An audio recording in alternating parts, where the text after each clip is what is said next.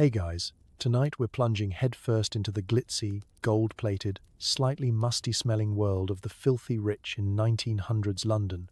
Imagine a time before air conditioning, but after the invention of really uncomfortable corsets and hats so large they needed their own seat on the omnibus. This is a land where a single dinner party costs more than your annual salary, and people pay other people to brush the dust off their shoes and, occasionally, their self-esteem. Before you settle in, do me a tiny favor. Hit like, maybe subscribe, but only if you actually enjoy this kind of history meets sleepover nonsense. Drop a comment and tell me where you're listening from. Alright, dim the lights, crank up the fan for that subtle white noise, and get truly comfortable. Let's pause for a second. Have you ever wondered the real questions? How many servants did it take to fill a single bath? How many monocles can one man own before it's considered a problem? Did rich people ever do their own laundry, or was that illegal? And seriously, how did anyone survive a 6-course Edwardian dinner without a smartphone to scroll? Because right now, yes, you are about to be thrust into a world where afternoon tea is a competitive sport. Social climbing is basically an Olympic event, and the only thing more terrifying than the dentist is accidentally using the wrong fork at supper. Congratulations, you've just woken up in 1900s London, dressed in silk pajamas, tucked beneath a mountain of eiderdown, with an inexplicably urgent craving for caviar and a troubling lack of central heating. Welcome to the good life. Or at least, the expensive one. It's morning, and you awaken not to the gentle sunlight, but to the gentle tapping of your personal maid. She's come to open your curtains, wind your clocks, and possibly remind you that you've never made your own bed in your entire life. The sheets are Egyptian cotton, the pillows are stuffed with something rumored to be swan down, and there's a tray of breakfast beside you, brought up 3 flights of stairs by a servant who now has the thigh muscles of a Greek god. You blink your eyes open to the world's softest pillow, and a duvet so fluffy it feels like sleeping in a cloud. Clouds cost as much as a small country, and occasionally smelled faintly of lavender and old money. The ceiling above you is not just a ceiling but a masterpiece. Painted cherubs, gold leaf, and maybe a small spider who's also living his best life in high society. You stretch, but not too enthusiastically. You don't want to wrinkle your nightshirt, which is made of silk so fine it probably came with a warning label. While you consider whether to move or just pretend to sleep until noon, your maid is already bustling about, pulling back heavy brocade curtains. The sunlight streams in, catching on the crystal decanters, gilded picture frames, and, for reasons unknown, a bust of Julius Caesar, who's seen some things. You hear the faint hum of the household waking up. Servants bustling below stairs, the distant clatter of copper pots, and someone in the hall quietly arguing over whose job it is to polish the banister. Your feet haven't touched the cold floor in years, partly because the rug is so thick you could lose a foot in it, but mostly because you have slippers waiting by the bed. Not just any slippers. Velvet, monogrammed, and probably worth more than your first car. A gentle cough from your valet reminds you that breakfast is here, elegantly arranged on a silver tray. There's hot tea in a porcelain cup, so delicate you're afraid to breathe on it. A soft-boiled egg standing at attention, and toast so perfectly sliced you wonder if a spirit level was involved. You contemplate your day. No alarm clocks here. Your schedule is managed by a human being who remembers more birthdays than you do. If you want to know what's on for the morning, simply consult handwritten schedule on the silver tray, right next to the imported marmalade and the strawberries that probably left the greenhouse just after midnight. And what a schedule! A gentle reminder that you have absolutely nothing to do except exist, be charming, and perhaps avoid your great aunt at breakfast. as she's known for launching into dramatic readings of 19th century poetry before noon. You take a bite of toast and gaze out at the garden, which is not so much a garden as an elaborate, living testament to the concept of because I can. Marble fountains, peacocks strutting like minor aristocrats, and a small team of gardeners who appear to be trimming the grass with scissors. You briefly wonder what it would be like to mow a lawn, then wisely decide to let that existential crisis pass. As you sip your tea, the housekeeper glides in, silently checking the temperature of the room with a quick glance and a level of efficiency that would put a NASA mission control team to shame. She's here to ensure the fire is at precisely the right level of cheerful glow and that the vase of lilies on your dresser has not become, as it did last Thursday, a subtle biological weapon. Stretch once again for dramatic effect. You consider ringing for a bath, a change of clothes, or perhaps just for the satisfaction of hearing the bell. There is no urgency. Time moves differently in a house this large. If you wait long enough, someone will probably come by to remind you that you have a carriage ride scheduled, or that your breakfast is getting cold, or, in a truly desperate moment, that you are due for a haircut, which in 1900s London means enduring 45 minutes of polite, awkward small talk about the weather. And so, you lounge, wrapped in comfort, swaddled in wealth, pondering whether to face the day or just enjoy another 5 minutes in the kingdom of pillows. After all, why rush? In this world, even time itself has to wait until you're ready. Let's talk about getting dressed. Getting dressed in 1900 isn't so much an activity as it is a team sport. For gentlemen, it's a parade of starched collars, silk cravats, and cufflinks worth more than most people's houses. For ladies, it's corsets, petticoats, and a personal maid who knows more about your undergarments than your own spouse. By the time you're dressed, you've burnt more calories than a modern-day CrossFit class. And you still have to choose a hat. Your day doesn't begin with a quick wardrobe rummage. Instead, it's a ritual as sacred as a royal coronation and twice as stressful. You wake to find your clothes for the day already selected, laid out by someone who has to guess whether you'll want to look effortlessly regal or ready for fox hunting, but never, ever casual Friday. There are enough layers here to survive an Arctic expedition, or at the very least, a mild English drizzle. If you're a gentleman, your valet stands ready, looking only slightly terrified that you'll choose the wrong tie and ruin the family's reputation for 3 generations. First up, the undershirt. Crisp, linen, suspiciously white. How does anyone keep these clean? Over that, a shirt so heavily starched it could double as emergency armor. Followed by trousers with a crease sharp enough to perform minor surgery. Next come the suspenders, because elastic hasn't been invented yet, and the fashion police are watching. Now for the waistcoat. Brocade, velvet, or silk. Depending on whether it's Tuesday or the 3rd Thursday after Michaelmas, or whatever arcane system your butler is using. Then a cravat, painstakingly tied in a knot so complex it could be used to secure a ship in a hurricane.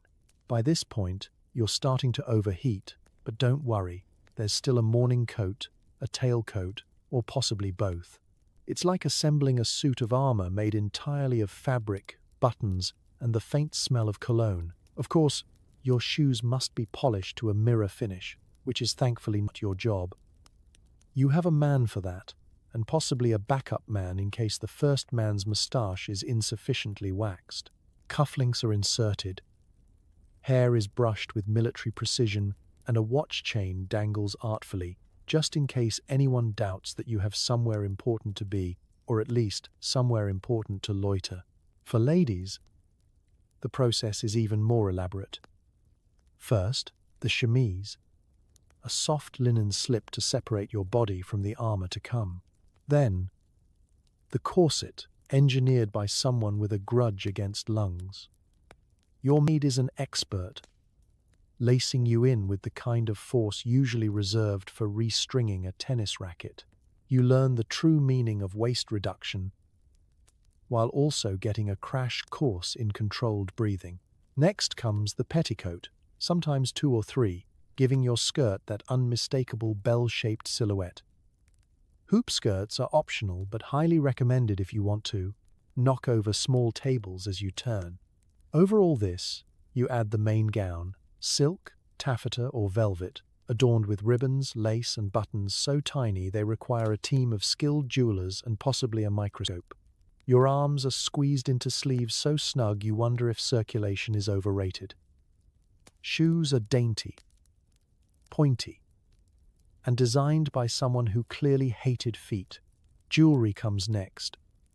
Pearls, diamonds, and maybe a brooch large enough to be registered as a small weapon. Gloves, elbow length, because the sight of bare wrists might give someone a fright. A cameo at the neck, a tiny handbag, a delicate handkerchief, just in case you need to sneeze in a socially acceptable manner. And now, the hat. For men, it's a choice between top hat, bowler, or, if you're feeling rebellious, a boater. For women, it's a floral behemoth requiring structural support, a flock of artificial birds, or possibly a live ferret if you're feeling avant-garde. A hatpin the length of a dagger secures your creation, and you try not to think about what would happen in a stiff wind. You stand before the mirror, resplendent, overlayered, and already vaguely exhausted. But you look the part. Getting dressed in 1900s London wasn't about comfort. It was about status, spectacle, and the constant fear of being outdone by a neighbour's lapels. Ready or not, you're prepared to face the day, just as soon as you catch your breath. Now, let's talk about breakfast fit for royalty. Downstairs, breakfast is less grab and go and more sit and be stared at. The table is set with more silverware than you can identify. A liveried footman stands nearby, ready to pour your tea or judge your toast spreading technique. Everything tastes faintly of old money, and, just possibly, the class system. You descend the grand staircase, trailing a faint cloud of talcum powder and the silent anxiety that you might accidentally sit in the wrong chair.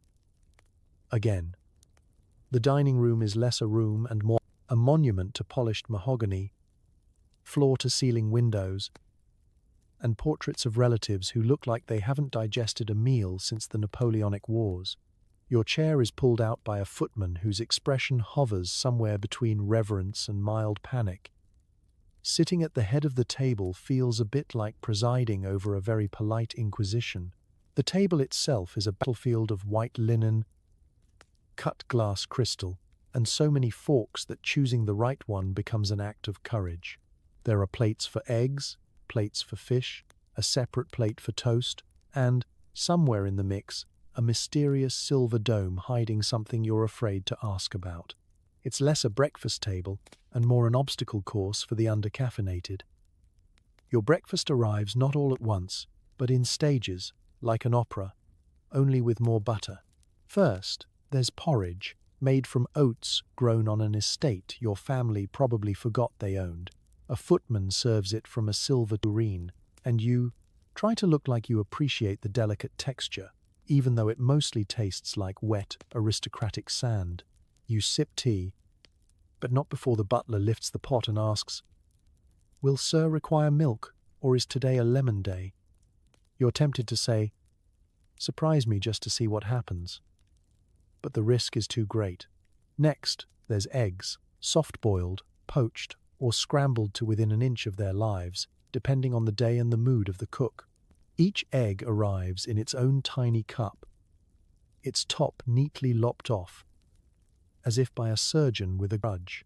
Soldiers, no, not the military kind, but little strips of perfectly cut toast, are arranged with military precision. You are expected to dunk, not scoop. Scooping is for savages. You wonder what would happen if you asked for an omelette. The footman's left eyebrow twitches imperceptibly, as if to say, "Not in this house, my good sir." There's kippers for the brave, smoked salmon for the fashionable, and grilled kidneys for the deeply committed. You may or may not be sure which one you've just eaten, but you're certain it was prepared by someone who hasn't made eye contact with you since 1892. Everything is seasoned with a dash of anxiety about proper etiquette. The toast comes in a silver rack, never a pile, always a rack, so that it cools to the ideal temperature for dental emergencies. Jam and marmalade are offered in crystal dishes, with spoons so tiny they seem designed for feeding woodland creatures. Heaven help you if you reach for the wrong preserve. Entire family alliances have been ruined over less. You spread your jam with the breakfast knife, but not the fish knife, and definitely not the cheese knife. There are rules. No one remembers why. Conversation at the breakfast table is carefully measured, like the sugar in your tea. Light, inoffensive topics only. Weather, the oddities of the postal service, the reliability of last night's footman. Anything heavier, politics, money, emotions, waits until after the third cup of tea, or is banished entirely until next Christmas. Your family exchanges witticisms about the garden. Or, if things get truly wild, the reliability of the eggman. Throughout all of this, the staff hover quietly, ready to refill, remove, or replace any item that even thinks about being empty. You don't clear your own plate, heaven forbid. You simply nod, and it vanishes as if by magic. If you drop your napkin, another appears. If you sigh at your empty teacup, it refills. If you seem troubled by your spoon, a fresh one is offered, and you never quite know where it comes from. And when you're finally full, or at least pretending to be, you rise. The staff descend like a well-trained flock of magpies, clearing away any evidence you ever ate at all. Breakfast is finished, and you're ready for the next ordeal. The bath, the brush, and the ever-present anxiety of picking out your hat. Let's talk about morning routines.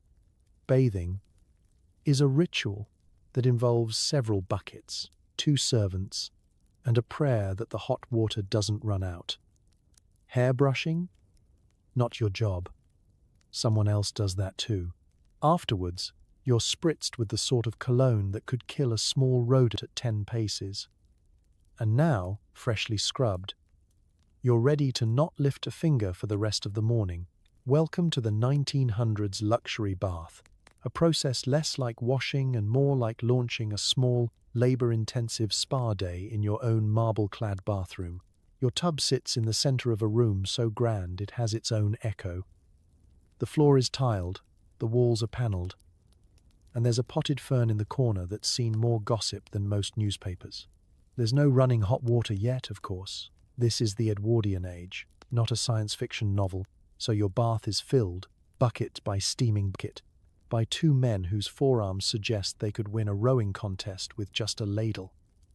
The water is poured in with the reverence, usually reserved for a religious ceremony or the opening of the first champagne at a wedding.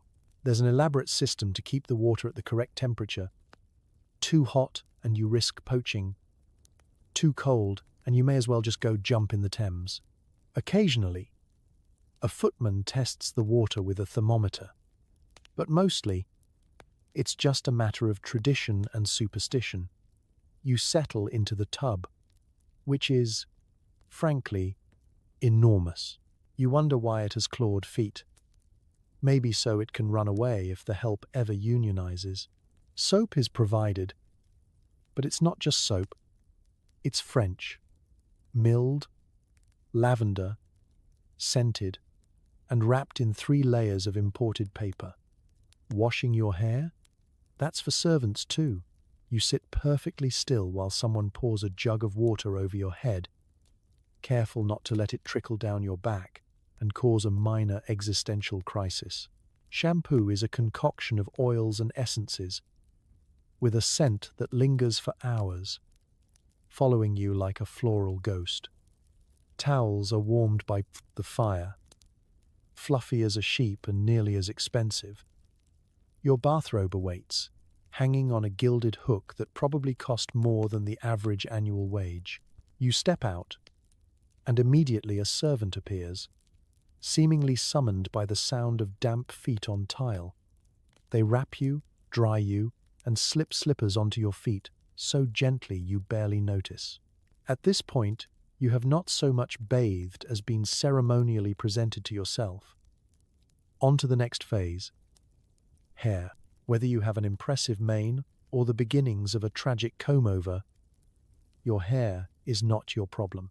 A maid or valet brings a collection of brushes, combs, and a bottle of mysterious tonic that promises shine, vitality, and possibly the cure for melancholy. Your hair is brushed, 100 strokes, because that's what's done, and then styled according to the prevailing fashion. Men endure a quick trim of their moustache, possibly with a straight razor wielded by a man who knows all your secrets. Women have ribbons, pins, or entire fruit baskets decoration carefully arranged. A hair out of place is a national emergency. And now for the spritz, perfume or cologne, chosen to match the day's mood or, at the very least, to overpower the lingering aroma of boiled eggs from breakfast. One servant applies a subtle dab to the wrists and behind the ears. The other stands back and douses you from a safe distance, ensuring you're fragrant enough to attend any event, repel unwanted wildlife, and subtly mark your territory among the other socialites. While this is happening, someone quietly polishes your shoes, folds your handkerchief, and ensures you have the right number of gloves for the day. If you're particularly ambitious, you may engage in a brief, competitive towel brag with a sibling or cousin. Whose bath was hottest?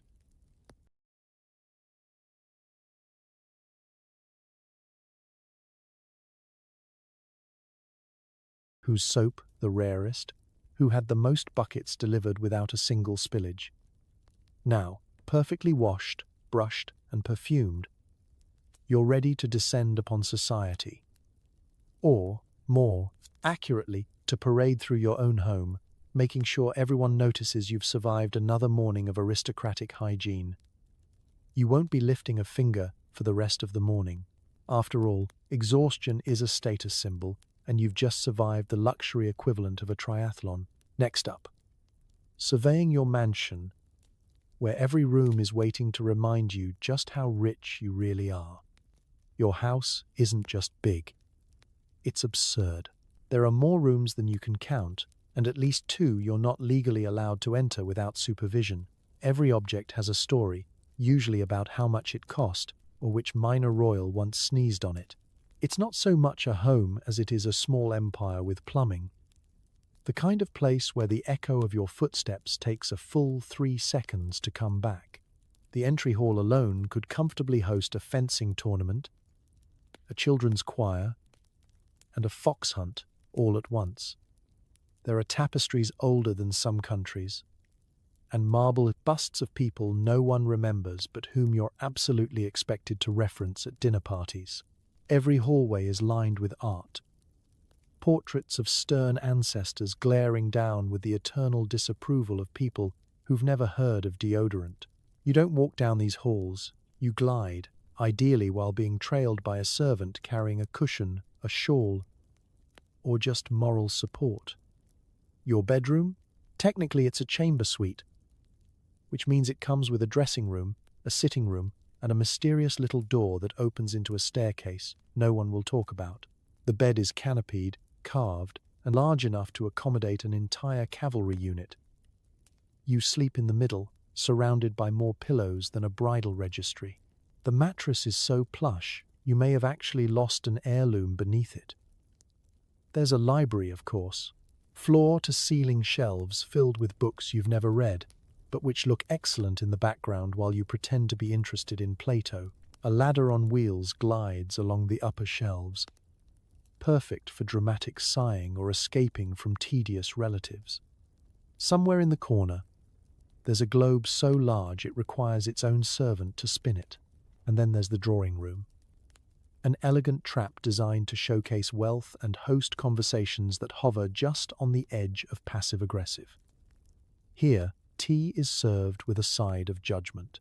Guests sit on chairs that are antiques, which means you're not really allowed to sit on them. The fireplace is always crackling, even in July, and the scent of lavender-scented furniture polish lingers like the ghost of financial anxiety. If you're male, the study is your sanctuary. Dark wood, leather chairs, and just enough cigar smoke to keep the walls from collapsing. You read the papers, write letters with a quill you pretend to know how to use, and occasionally practice your thoughtful for the next time someone brings up the stock market. If you're female, your boudoir is a soft pink labyrinth of mirrors, perfume bottles, and smaller boxes that contain jewelry you forgot you owned. The ballroom? Ah, the ballroom. It's rarely used for anything practical, but it is a vital space for being seen not doing anything in particular. Chandeliers larger than actual horses hang from ceilings painted with angels and regrets. The floor is waxed to the point of slipperiness, which is ideal because falling dramatically during a waltz is, surprisingly, great for social advancement. Now, while you own all of this, you don't actually control it. That's the domain of the housekeeper, a woman with the organizational skills of a military general and the ability to silence a room with one glance. She knows where every item belongs, when every candle must be replaced, and what scandal occurred in the green sitting room in 1872. If she disappears for more than 30 seconds, the entire household collapses like a souffle in a thunderstorm.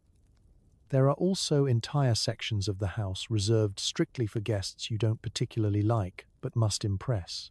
These rooms are kept in a state of permanent readiness. Sheets freshly pressed, flowers rotated, secrets hidden. You may never set foot in them, but they're vital to your reputation as someone who can afford to pretend they like people. And then there are the mystery doors. Tiny locked spaces scattered throughout the house. Some lead to staircases, others to broom closets, one possibly to Narnia. But you don't ask questions. Questions are for people who rent. So yes, your home is glorious, drafty, impossible to navigate without a map, and deeply unsettling after sunset, but it's yours. Or at least it's owned by someone in your bloodline whose portrait hangs in the billiards room, clutching a pheasant and a grudge. Now, let's step away from the decor and into the real power center of the house. The butler, a man with keys, opinions, and probably a vendetta. The butler is everywhere and nowhere, orchestrating the household like a very polite, extremely judgmental general. His knowledge of your schedule is so complete, it's possible he knows when you'll need the bathroom before you do. He doesn't walk. He glides, silently, like an impeccably dressed phantom in polished shoes. One moment he's nowhere to be seen. The next, he's behind you, holding a tray you didn't ask for, with exactly the thing you were about to request. You suspect he's developed some kind of sixth sense, perhaps trained at a secret finishing school where they teach emotional clairvoyance and how to glare without blinking. You don't know his first name. No one does. It may be lost to time, or perhaps it was never spoken aloud. To you, he is simply Jenkins or Cromwell or something equally butlerish, passed down like a title or a curse. He has been part of the house so long that you're fairly certain he predates the plumbing. The butler runs the house with quiet, terrifying efficiency. The footmen defer to him. The maids answer to him. Even the housekeeper, who once made a stable boy cry just by rearranging the silverware, lowers her voice in his presence. He doesn't raise his voice. He doesn't need to. He simply lifts an eyebrow, and furniture rearranges itself out of fear. He knows the household accounts better than you do. He knows how much you spend on soap, when the wine cellar was last inventoried, and which guest tends to steal teaspoons. He keeps records of every cigar you've ever smoked, every dinner party you've ever thrown, and every time your cousin Viscount Arthur was found asleep in the conservatory with a duck. If there's a crisis, plumbing, social, or emotional, he appears. Not with emotion. Emotion is for the lower ranks. He brings napkins, solutions, and, when necessary, sherry. Always the good sherry. You've never asked how he knows the good sherry from the merely respectable sherry. You simply accept that he does. He knows. The butler also controls the flow of information. Who gets in? Who gets tea? Who gets politely but firmly redirected to the tradesman's entrance? He is your filter, your firewall, your last line of defense against the chaos of daily aristocratic life. If someone wants to speak to you, they speak to him first, and sometimes they never make it past him at all. When guests arrive, it is the butler who announces them, always in the same calm tone, as though he's delivering the results of a small weather report. He never betrays judgment aloud, but you can read the entire family history of the arriving visitor in the slight pause before he says their name. And he is, most importantly, discreet. He knows everything, your sleeping habits, your dietary quirks, that incident in Vienna that no one mentions, and he says nothing. He has witnessed scandal, romance, and a cousin fleeing a duel in a dressing gown, and not once has he so much as smirked. But make no mistake, should you attempt to reorganize the household schedule, host a party without informing him, or, heaven forbid, rearrange the decanter labels, you will feel the full force of his disapproval. He won't yell, he won't argue. He'll simply let your entire day fall silently apart. Tea will arrive lukewarm, the toast will be slightly burnt, the carriage will be mysteriously delayed. You'll be socially punished, slowly, delicately, and with terrifying precision. And yet you adore him, because nothing in your life works without him. Not the breakfast, not the guests, not even the laundry. He is the silent engine that keeps the aristocratic farce running smoothly. So, as you walk past the butler, and he gives you the smallest of nods, know that you are blessed. You've earned a speck of his approval. You are worthy for today. Now, let's move on to the true battlefield of high society. The drawing room at 4 o'clock, where tea is served hot, and gossip is served even hotter. Afternoon tea is not a snack. It's a tactical social battle. There are rules, there are scones, and there are enough whispered insults to fill a Russian novel. If you use the wrong spoon, you might never recover socially or emotionally. It begins at precisely 4 o'clock. Not 3:59, not 4:01. The invitation said tea, but it might as well have said prepare for war.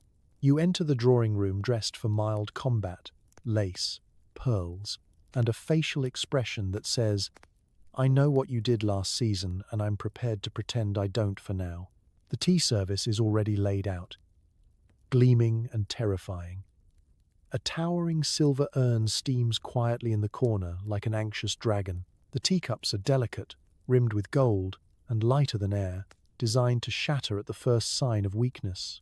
You select one carefully, aware that your choice says everything about your breeding, your marital prospects, and possibly your political views. You sit down, carefully, on a chair that's both too small and too expensive to support actual human weight. Every surface in the room is polished to a mirror shine, which is useful because it allows you to keep an eye on who's whispering about whom without moving your neck. The hostess greets you with a smile that could slice glass. She gestures gracefully toward the tiered tray of treats in the center of the table, a gleaming tower of sandwiches, scones, and pastries that looks like it might be structurally unsound. The sandwiches are crustless, of course, because crusts are for people who understand manual labor. Cucumber is the standard, smoked salmon, the power move, and egg salad, the diplomatic disaster waiting to happen. Then come the scones. Oh, the scones. Light, fluffy, and hiding centuries of colonial baggage. They are served with clotted cream and jam in an order that sparks violent regional arguments. Do you spread the jam first, or the cream? There are family feuds over less. You make your choice, hold your breath, and pretend you don't hear the gentle gasp from the lady opposite you. The conversation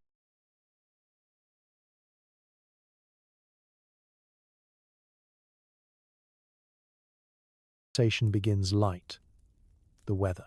The quality of the roses this year. Whether Lady Windermere's ankles were really visible at the charity picnic.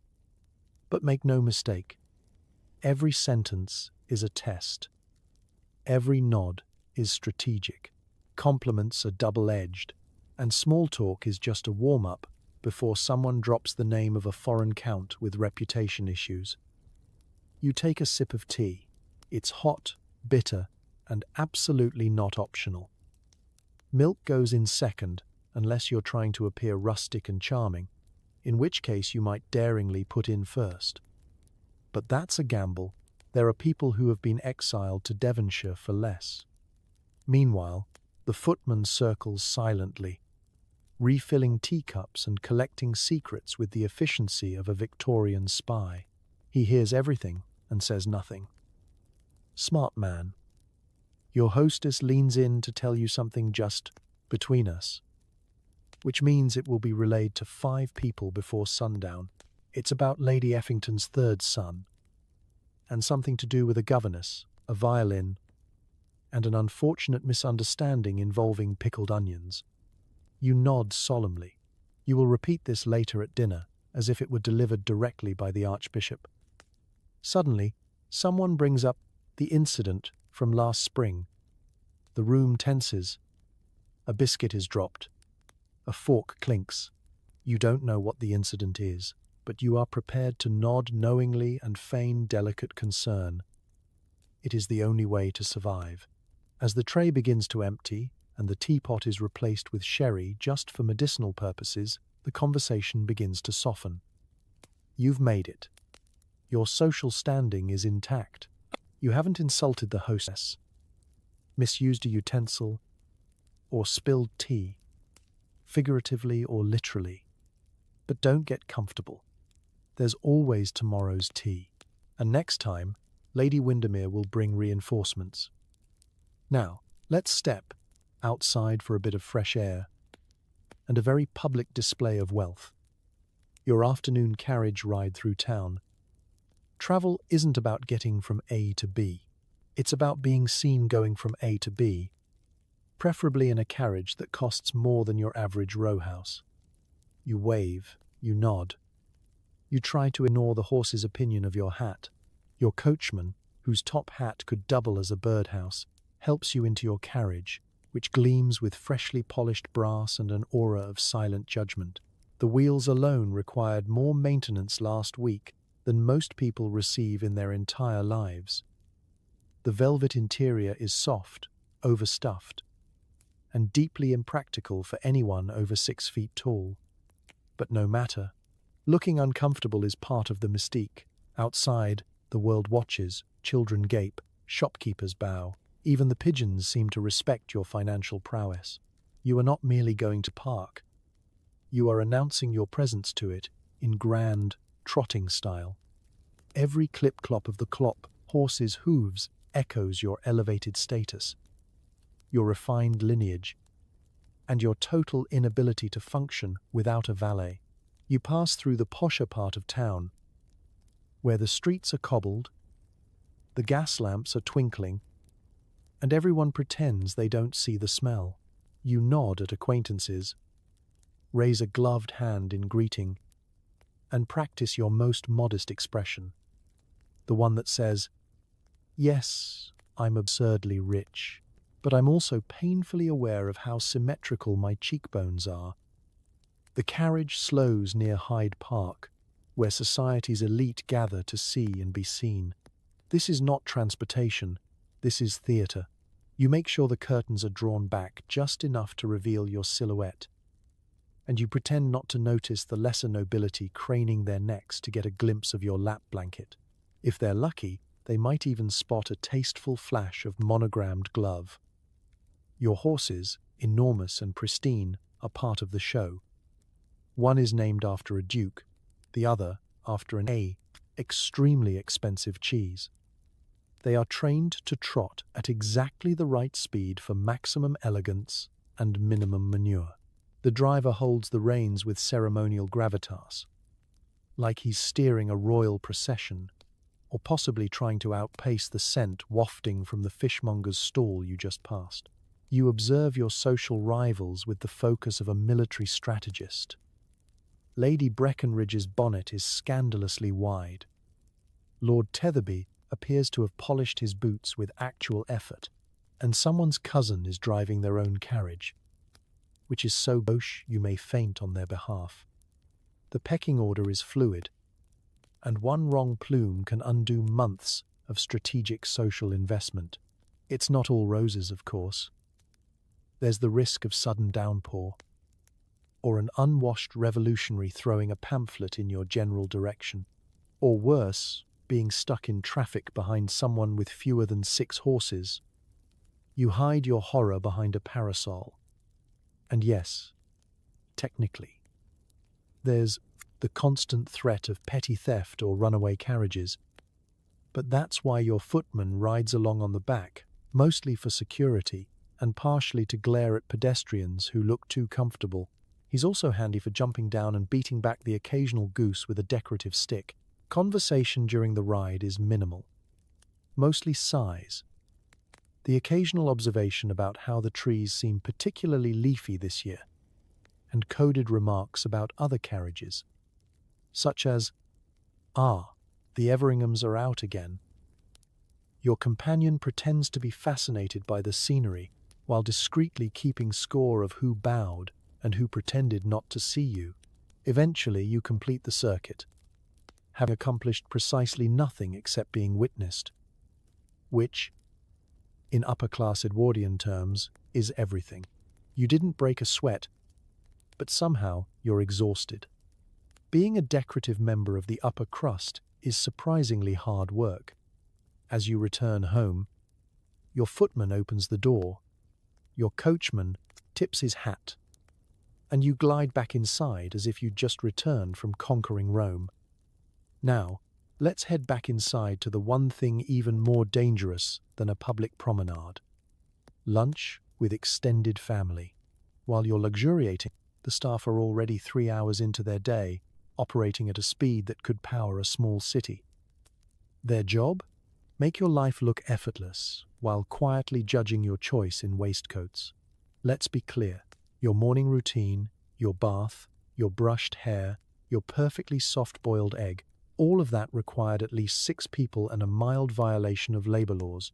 The staff began working well before sunrise, creeping through cold corridors, stoking fireplaces, hauling buckets, and wondering for the 5th time this week why anyone needs 3 forks just for breakfast. Below stairs is a different world. It's louder, hotter, and runs on tea so strong it could strip paint. The scullery maid is already elbow-deep in dishes. The cook is barking orders like a general with pastry. The butler is polishing silver while mentally filing away the locations of every missing glove in the household. And the footman? He's halfway through a 12-hour day that includes sprinting up and down stairs in a waistcoat so tight he hasn't breathed properly since Tuesday. Every moment upstairs is choreographed, elegant, seamless, dignified. And every moment downstairs is organized chaos designed to make that possible. Carpets are beaten, beds are made with terrifying precision, shoes are shined to reflective brilliance. And heaven help the chambermaid who forgets to turn down the correct side of the bed. There are bells, so many bells. Each room has one, connected to a labeled wire system like a steampunk switchboard. When you ring, it's a guessing game. Will you want tea, the newspaper, or just company because you're feeling vaguely melancholic? They dash up, smile politely, and retreat before you've even noticed their presence. Silent as cats, tired as ghosts, hierarchy is everything.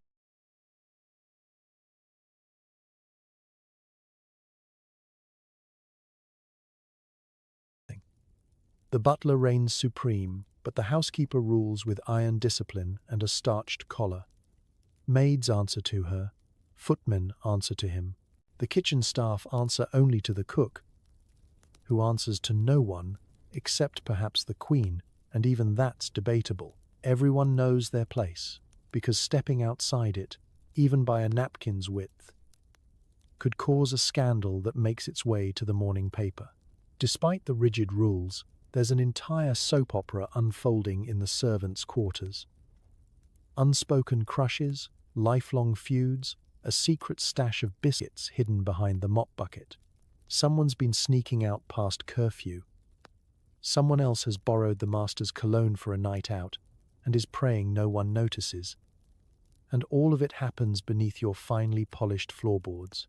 The servants sleep in narrow beds in shared quarters that smell faintly of starch and quiet resentment. Privacy is a myth. Breaks are mythical. If they're lucky, they'll get one afternoon off per week to walk in the park and pretend they're not bone-tired. But even then, there's a dress code. Because being seen in anything less than presentable is enough to get one labeled difficult. They eat quickly, clean faster, and know everything that goes on in the house. Every whispered conversation, every broken engagement, every mysteriously missing teaspoon. They are the keepers of secrets, the watchers of scandal, and the true gears that keep the mansion running. You may live upstairs, but they know what you're really like when you think no one's watching.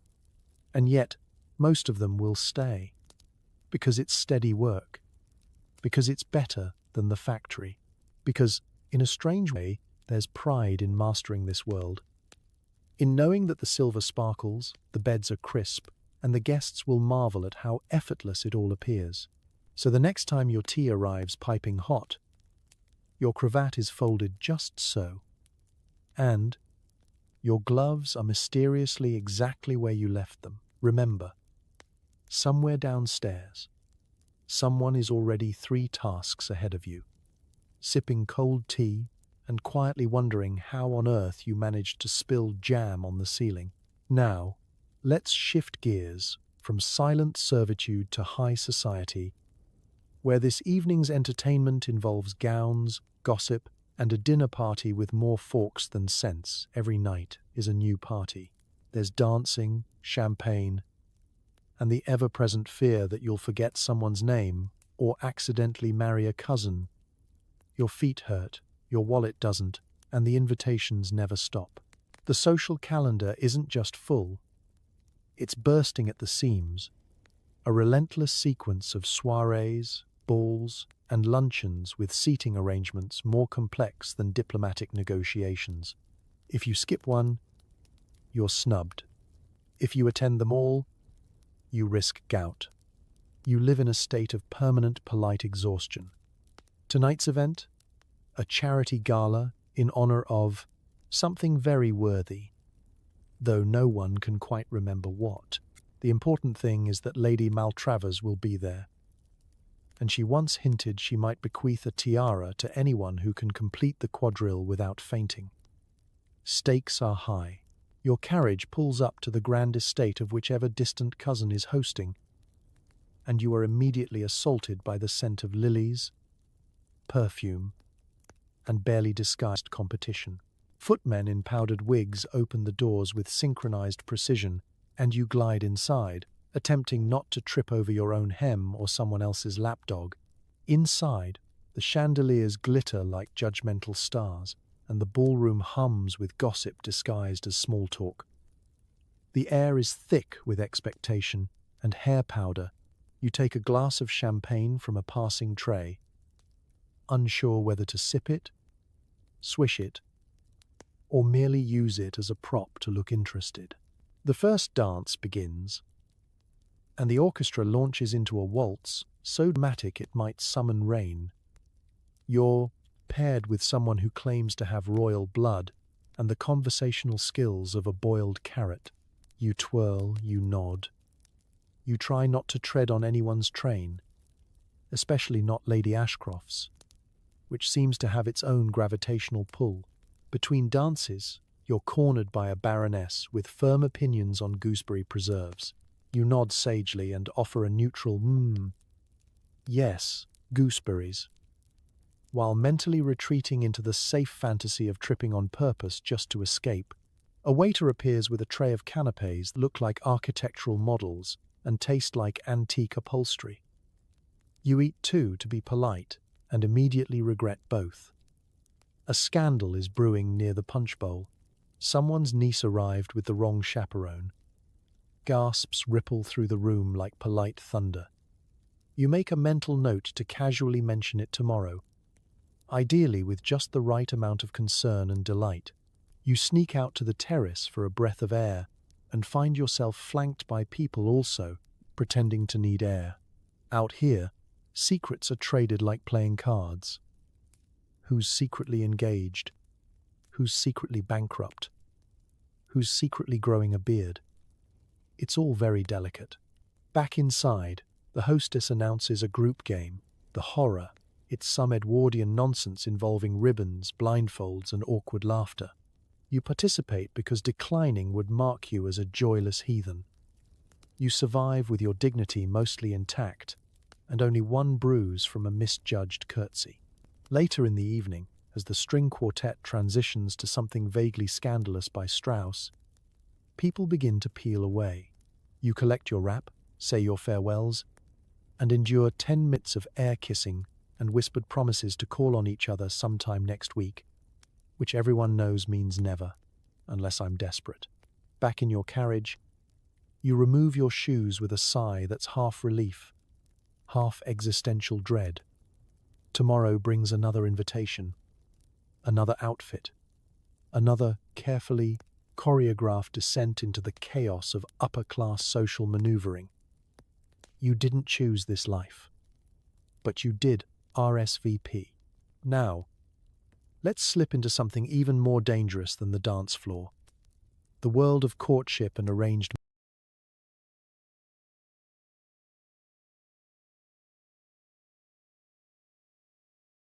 marriages, where love may be optional, but wealth is absolutely mandatory. It's dinner, and you're about to experience a multi-hour onslaught of meats, jellies, and mysterious French sauces. You're armed with cutlery, etiquette, and the hope that you won't accidentally eat something that was alive 2 hours ago. You've been preparing all day, emotionally, physically, spiritually, for this. A formal Edwardian dinner isn't just about food. It's about form, about posture, performance, and perfect pronunciation of dishes you can't spell, let alone digest. Your invitation said 7 o'clock sharp. You arrive at 6:59 because arriving at 7 means you're late, and arriving at 6:58 means you're new money.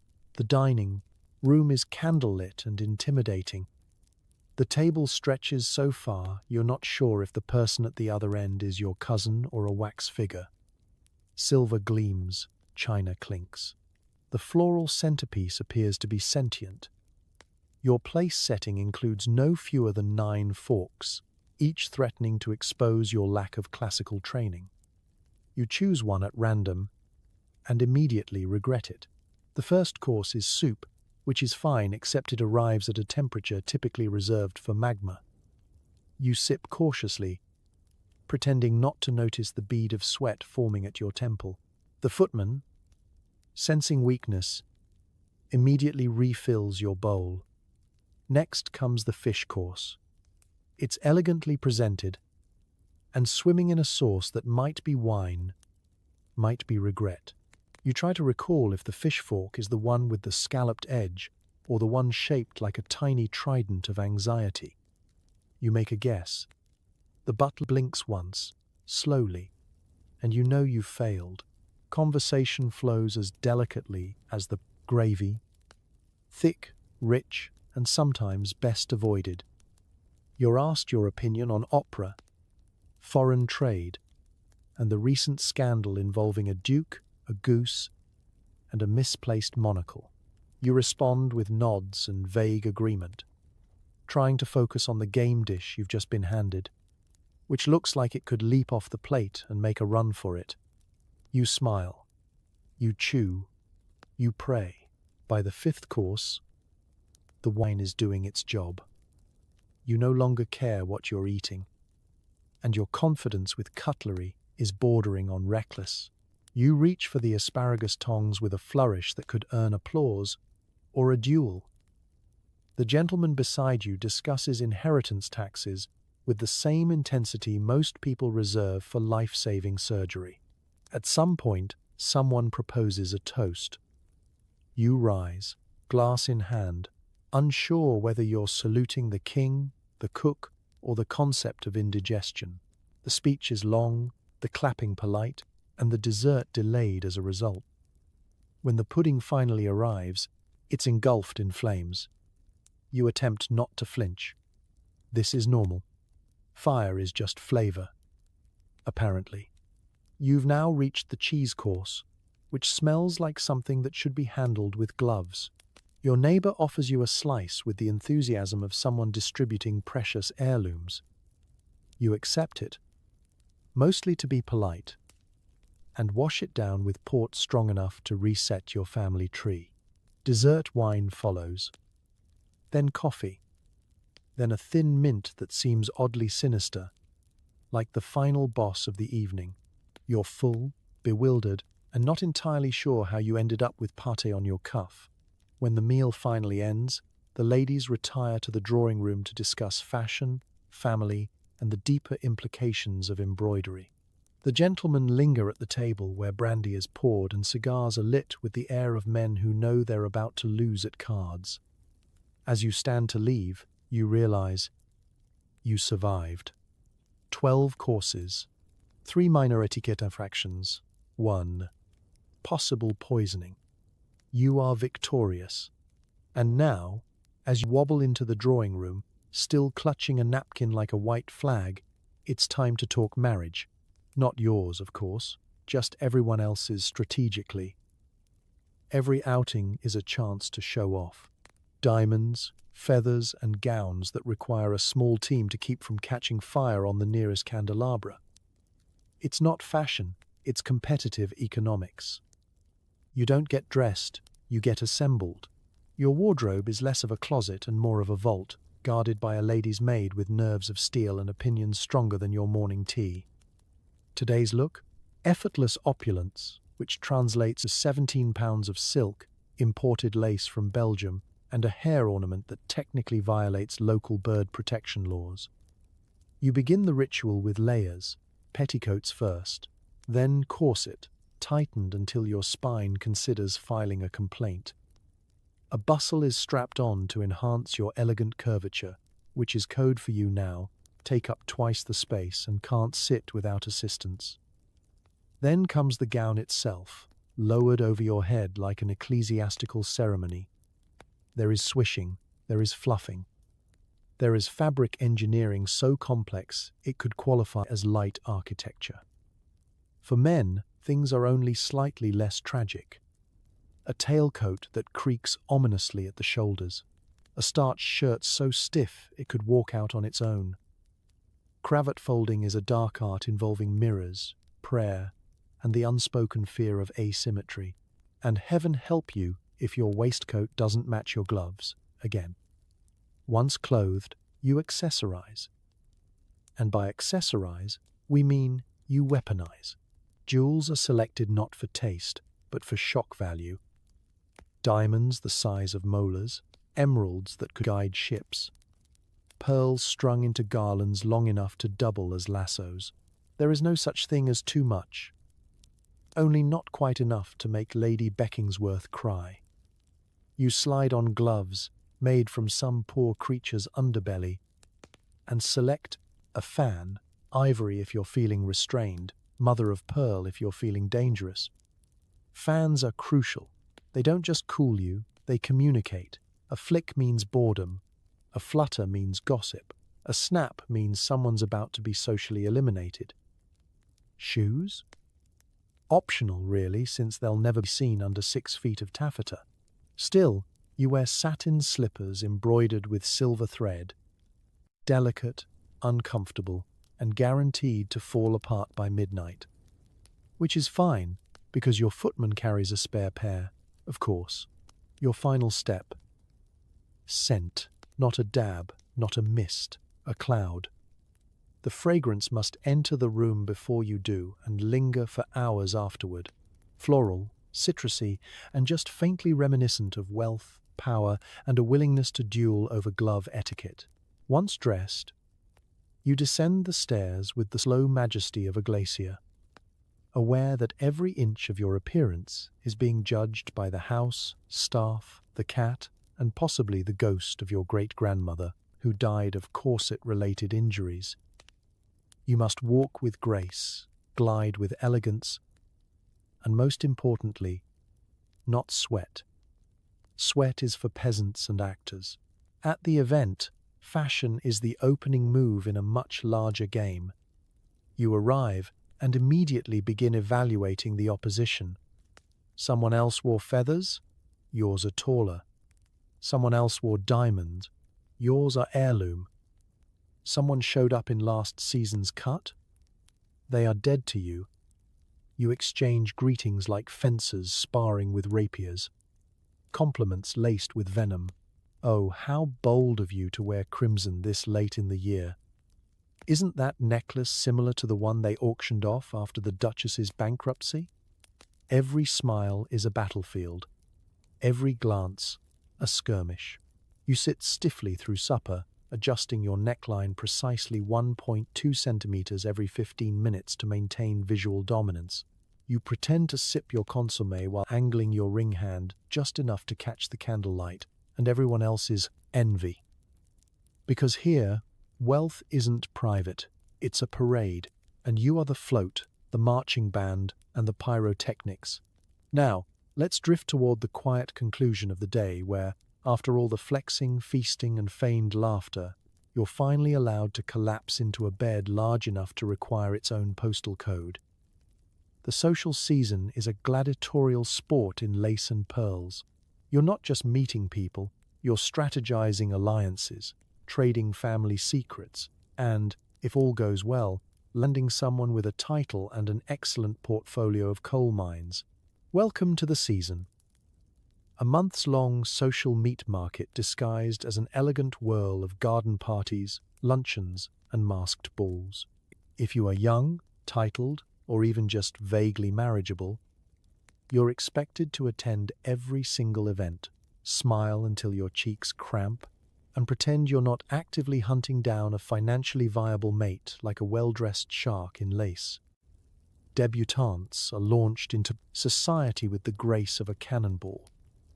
At the Queen's drawing room, you curtsy so deeply your knees weep, while being evaluated like livestock by anyone with an inheritance and a monocle. From that moment on, you are available. Not emotionally, not intellectually, but in the sense that your family would very much like to secure a dowry that includes land, horses, and ideally, a castle with minimal damp. The goal? Marry up. Or sideways, just not down. Downward social movement is only acceptable if the person you're marrying owns a shipping company, or at least an uncle with a baronetcy and gout. Your days are spent practicing conversational fencing. You must laugh at all the right jokes, ask all the correct questions. Oh, your family mind's slate? How enterprising. And never, ever imply that you have opinions. Opinions are dangerous. You are here to sparkle, not to speak. Evening balls are a special kind of pressure. Every dance is a political transaction. The waltz, flirtation. The quadrille, negotiation. The polka, desperation. You must remember names, faces, family scandals. and whether Lord Harrington is the one with the gambling problem or the goat farm, or both. Meanwhile, chaperones hover like decorative gargoyles. Their job is to ensure no one has too much fun, gets too close, or says anything too French. They are armed with fans, pursed lips, and an uncanny ability to appear just as someone is whispering something inappropriate behind a potted plant. Men, for their part, spend the season looking vaguely uncomfortable in starched collars, attending clubs where they smoke cigars, and panic about dowries. They are required to dance just enough to appear charming, but not so much that they're suspected of having actual interest in anything beyond fencing and gin. Mothers orchestrate the entire season like military campaigns. Seating charts are battle plans. Floral arrangements are coded messages. A successful pairing isn't romantic, it's economic. Warfare. If your daughter lands a duke, you win. If she elopes with a poet, you pack her off to the countryside and blame it on nerves. And let's not forget the scandals. Every season has them. Someone's maid discovers a love letter in the library. Someone's eldest son is mysteriously absent following an incident in Florence. Someone gets caught in a hedge maze at dusk. Gossip spreads faster than the flu. And reputations rise and fall based on whether someone wore the wrong gloves or got caught making eye contact for too long. As the season wears on, desperation sets in. Proposals begin to fly. Some are strategic. Some are sincere. Most are quietly negotiated between parents over tea, while the potential couple awkwardly discusses whether they both enjoy horses. You, of course, remain graceful throughout.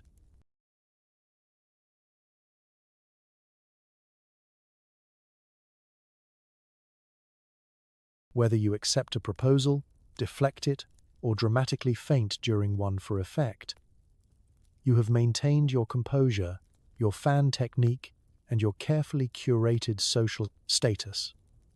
Because in the end, it's not about love. It's about legacy. Marriage, here, is less a union of souls and more a merger of fortunes. And now, let's wind down the evening. Because after all this polite chaos, it's time for a well-earned collapse into silk sheets and the comforting knowledge that you didn't accidentally marry a baronet named Clive. You've got the latest in home technology, electric bells, speaking tubes, and maybe even a telephone, if you like, shouting into a funnel and waiting for the operator to judge your accent. Yes, your house is on the bleeding edge of innovation, circa 1900. You're practically living in the future, provided the future runs on coal, human labor, and a truly unhealthy obsession with brass. Let's start with the marvel of the electric bell system, a series of wires and switches, elegantly disguised as tasteful wall-mounted buttons, allow you to summon a servant from any room, sometimes even the correct one. You press a button in the morning room, and somewhere below stairs, a small bell rings, and a servant springs to attention, or at least sighs deeply before climbing 5 flights of stairs. The bellboard in the servants' hall is a blinking constellation of noble laziness. Each room has a corresponding label, and when you press the button, a small arrow or light flashes. It's like Victorian Slack, but with more staircases and fewer emojis. If you're particularly advanced, you also have speaking tubes. These brass wonders allow you to yell into a small nozzle embedded in the wall, sending your dulcet tones directly to the kitchen, the butler's pantry, or the scullery maid's eardrum. They are miraculous tools for passive aggression. Yes, Charles. Again, I did ask for the toast to be warm, not scorched like Pompeii. And then, gasp, there's the telephone, a newfangled device that allows you to speak to someone in another building, or even another neighborhood, without sending a footman sprinting into traffic with handwritten note. Of course, the process is a little involved. You lift the earpiece, Shout your name, request the line, and wait patiently while a chain-smoking operator connects you using a patch panel that resembles a steampunk octopus. Conversations are thrilling in their awkwardness. Hello? Yes, I'm calling to speak to? Hello? No, I said. No, I'm not asking about sausages, I'm asking about... Hello? Operator?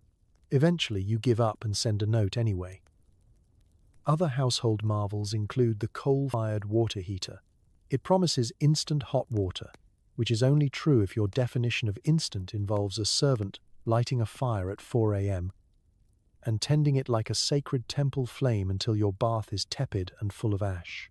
You smile and pretend it's relaxing. You also have gas lighting throughout the house, which adds a romantic glow to every room and a mild sense of imminent combustion. Each fixture is carefully lit by hand in the evening, which makes you feel elegant and refined, until the entire house smells like someone's been barbecuing coal indoors. For cooling, open a window, maybe two. If you're feeling daring, wave a fan. Your idea of climate control is simply moving to a different part of the house and hoping for a cross breeze. The phrase air conditioning is still decades away, as is the ability to sleep without melting into your own upholstery in August. There's a mechanical dumbwaiter to send things from the kitchen to the upstairs landing. It's slow, creaky, and one wrong pull of the rope means your custard could arrive with the force of a medieval siege weapon. Still, it's marginally better than watching a footman attempt the stairs with a platter and a death wish. Laundry is handled by a mysterious device in the basement that hisses, bangs, and requires 3 people to operate. You never see it, but you hear tales. Terrible tales. Rumors that someone once got their cravat caught and had to be cut free with gardening shears. You call all of this convenience, and to be fair, it's a step up from boiling bathwater over a fire and writing letters with a goose feather. But modern luxury? Not quite. There is no Wi-Fi, no microwave, and no way to Google whether a plum pudding can explode. And yet, you feel cutting edge. Surrounded by polished brass and heavy switches, you lean back and say, yes, my home is fully equipped with the latest advancements. You just hope none of it electrocutes you before dessert. Now, let's retreat to a more analog comfort, bedtime, where a dozen servants, 3 warming pans, and an entire firewood budget conspire to help you fall asleep stylishly. Why stay in one mansion when you could visit 3? You pack trunks, hire more servants, and leave for the seaside, only to complain that the sea air isn't as bracing as advertised in the Times. Because being filthy rich in 1900s London means you don't take a vacation to relax, you take a vacation to display fatigue in a new location. You are weary, darling. Weary of society. Weary of fog. Weary of the same 12 people at every dinner party debating tariffs and mutton. It's time for a change of wallpaper and altitude. Packing for travel is a full-scale military operation. Trunks must be filled with enough outfits to survive a 4-month exile or a 3-day weekend, whichever comes first. You need clothes for morning promenades, afternoon visits, evening dinners, surprise rainstorms, and dramatic exits. Each requires specific hats, shoes, and emotional preparation. Your valet or lady's maid oversees packing, which is fortunate because you haven't personally folded anything since the Crimean War. Meanwhile, footmen load the carriage with the grace of a ballet troupe, and the grumbling of people who know your collection of parasols doesn't really need its own suitcase. The journey begins with high hopes and low lumbar support. Trains are the modern marvel of the age, provided you travel in the first-class carriage, which you do, obviously. It features velvet seats, polished wood panels, and an atmosphere of judgment so thick you could spread it on toast. You settle in with a newspaper, some boiled sweets, and a mild existential crisis. Upon arrival at your chosen coastal haven, or perhaps a country estate on loan from a baron with gout, you are greeted by a fresh wave of servants, eager to discover which member of your household will require the most dramatic midnight tea service. Your holiday schedule is somehow more exhausting than your city life. Breakfasts that turn into brunches, brisk walks that turn into complex social parades, picnics requiring 6-foot men, 2 folding tables, and a backup ham. You thought you were here to relax. Instead, you've been strong-armed into an early morning painting session in a field full of cows, while a cousin critiques your brush technique over weak tea. You visit the seaside, of course. The beach is windy. The sand is aggressive. The bathing machine, a mobile changing shed rolled directly into the water, feels like a trap designed by someone who hates dignity. You change into a woolen swimsuit that could drown a goat, then dunk yourself into the freezing ocean for exactly 90 seconds before retreating back inside to question your life choices. Evenings are filled with charades, card games, and dramatic readings of Tennyson. There is always someone playing the piano. No one knows if they're good. Everyone claps anyway. You consider faking a twisted ankle to avoid the 3rd consecutive night of blindfolded poetry recitation. Halfway through the trip, a letter arrives from home. There's been a slight scandal involving the gardener, the greenhouse, and a missing bottle of sherry. You sigh. Someone must go back and sort it out. But not you. You're still busy pretending to enjoy the countryside. Eventually, you declare yourself revived, which is upper-class code for, I have run out of acceptable excuses to keep avoiding my mail. You begin the return journey, equally as complex, equally as padded with luggage, and equally as exhausting. Back at your townhouse, everything is as you left it, tidy, gleaming, and slightly resentful.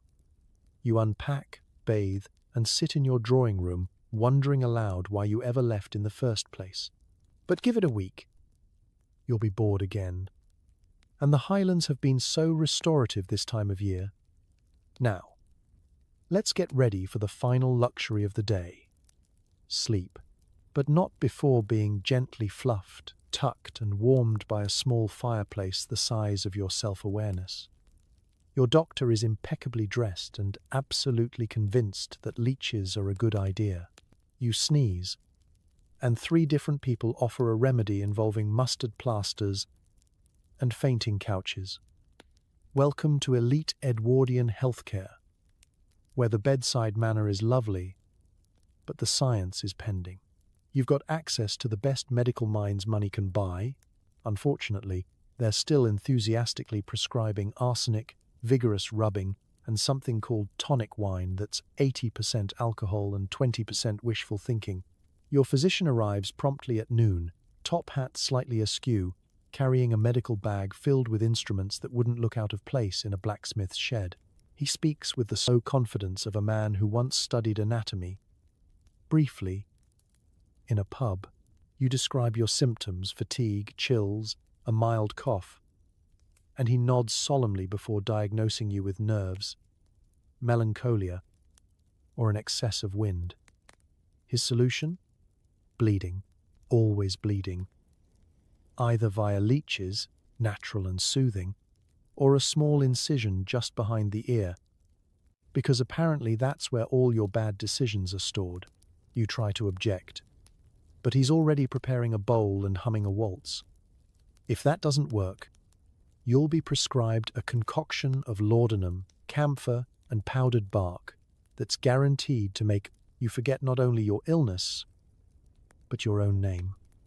Side effects may include fainting, tremors, and accidentally writing a sonnet about your maid. For digestive troubles, you're given a chalky powder that settles the humors and tastes like disappointment. For headaches, it's vinegar compresses, a dark room, and possibly a small bell to summon someone to read soothing poetry at you until you either recover or simply give up. More serious issues? Well, then you're off to the hospital, which, despite being technically more advanced, is somewhere between a haunted house and a cutlery drawer. You don't go to the hospital unless it's truly dire, like missing a limb dire. Even then, you might just wrap it in linen and hope for the best. Thankfully, you're rich. So your doctor comes to you, trailing the scent of brandy and misplaced confidence. You're examined in your drawing room, on a chaise lounge, surrounded by concerned relatives holding your hand and updating their wills, just in case. Someone has fainted. Someone else is composing a letter to your solicitor. But don't worry, there are also modern therapies. Electricity is very fashionable. You might be offered a mild shock to stimulate the organs, which feels less like healing and more like being mildly insulted by a toaster. There are also water cures, which involve sitting in a lukewarm bath while being shouted at by someone with a clipboard. Of course, many symptoms can be blamed on bad air, so your room is aired daily, with the windows thrown wide even in winter, because nothing says healing environment like hypothermia. Fresh air is the solution to everything, especially if you can breathe it while drinking hot beef tea and wearing 3 shawls. Women, in particular, are prone to hysteria, a catch-all term for everything from sadness to ambition. Treatments include enforced rest, more laudanum, or if you're lucky, being sent to the seaside to stare at waves until you forget what feminism is. Men, on the other hand, are diagnosed with overwork, ennui, or brain fever. The remedy? A country retreat, a diet of oysters and port, and light reading. You know, healing. At the end of it all, you're either miraculously better or slightly worse and extremely loopy. Either way, the doctor tips his hat, pockets a small fortune, and assures you he'll return next Tuesday to repeat the exact same process. And you sip your tonic, lie back against a stack of perfectly fluffed pillows, and tell yourself, at least it wasn't amputation this time. Now, let's retire upstairs. Slowly, gently, without too much excitement.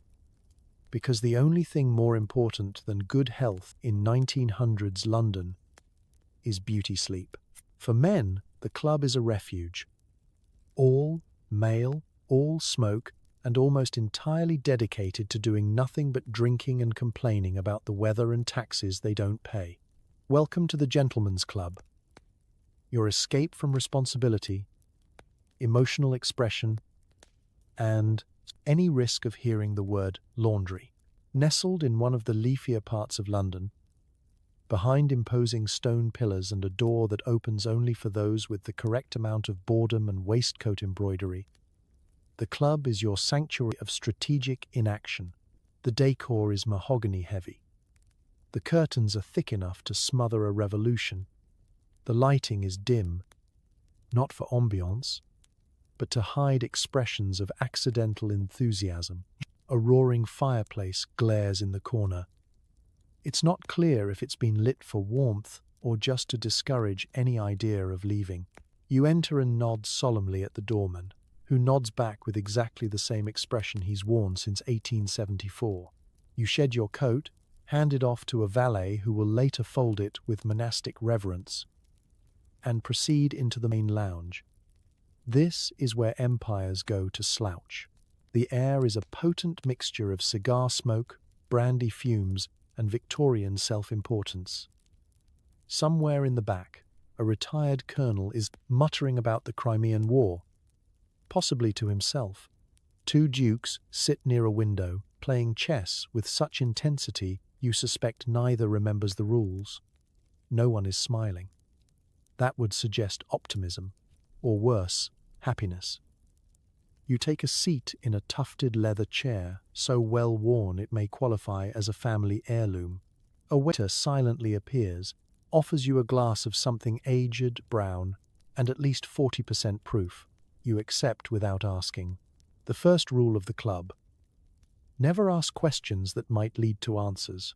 Conversation is optional, and if attempted, must revolve around 3 approved topics: politics, weather, and how things used to be better, specifically in 1850. 2. Someone might mention the stock market. Someone else might scoff. An argument ensues over whether coal is the future or merely the only option worth investing in. No one reaches a conclusion. Upstairs, there are more rooms, billiards, cards, a library. No one actually reads in, and a smoking room that, at this point, may as well be a chimney. You consider a game of snooker, but decide against it. That would involve moving. Decisions are occasionally made here, or at least gestured at. A peer might murmur support for a bill. A lord might announce his intent to purchase another estate in Yorkshire just to keep it away from the nouveau rich. A committee is formed. It meets. It adjourns. Nothing happens. There is also a strange tradition of writing letters here. The club stationery is thick, cream-coloured, and dangerously sharp at the edges.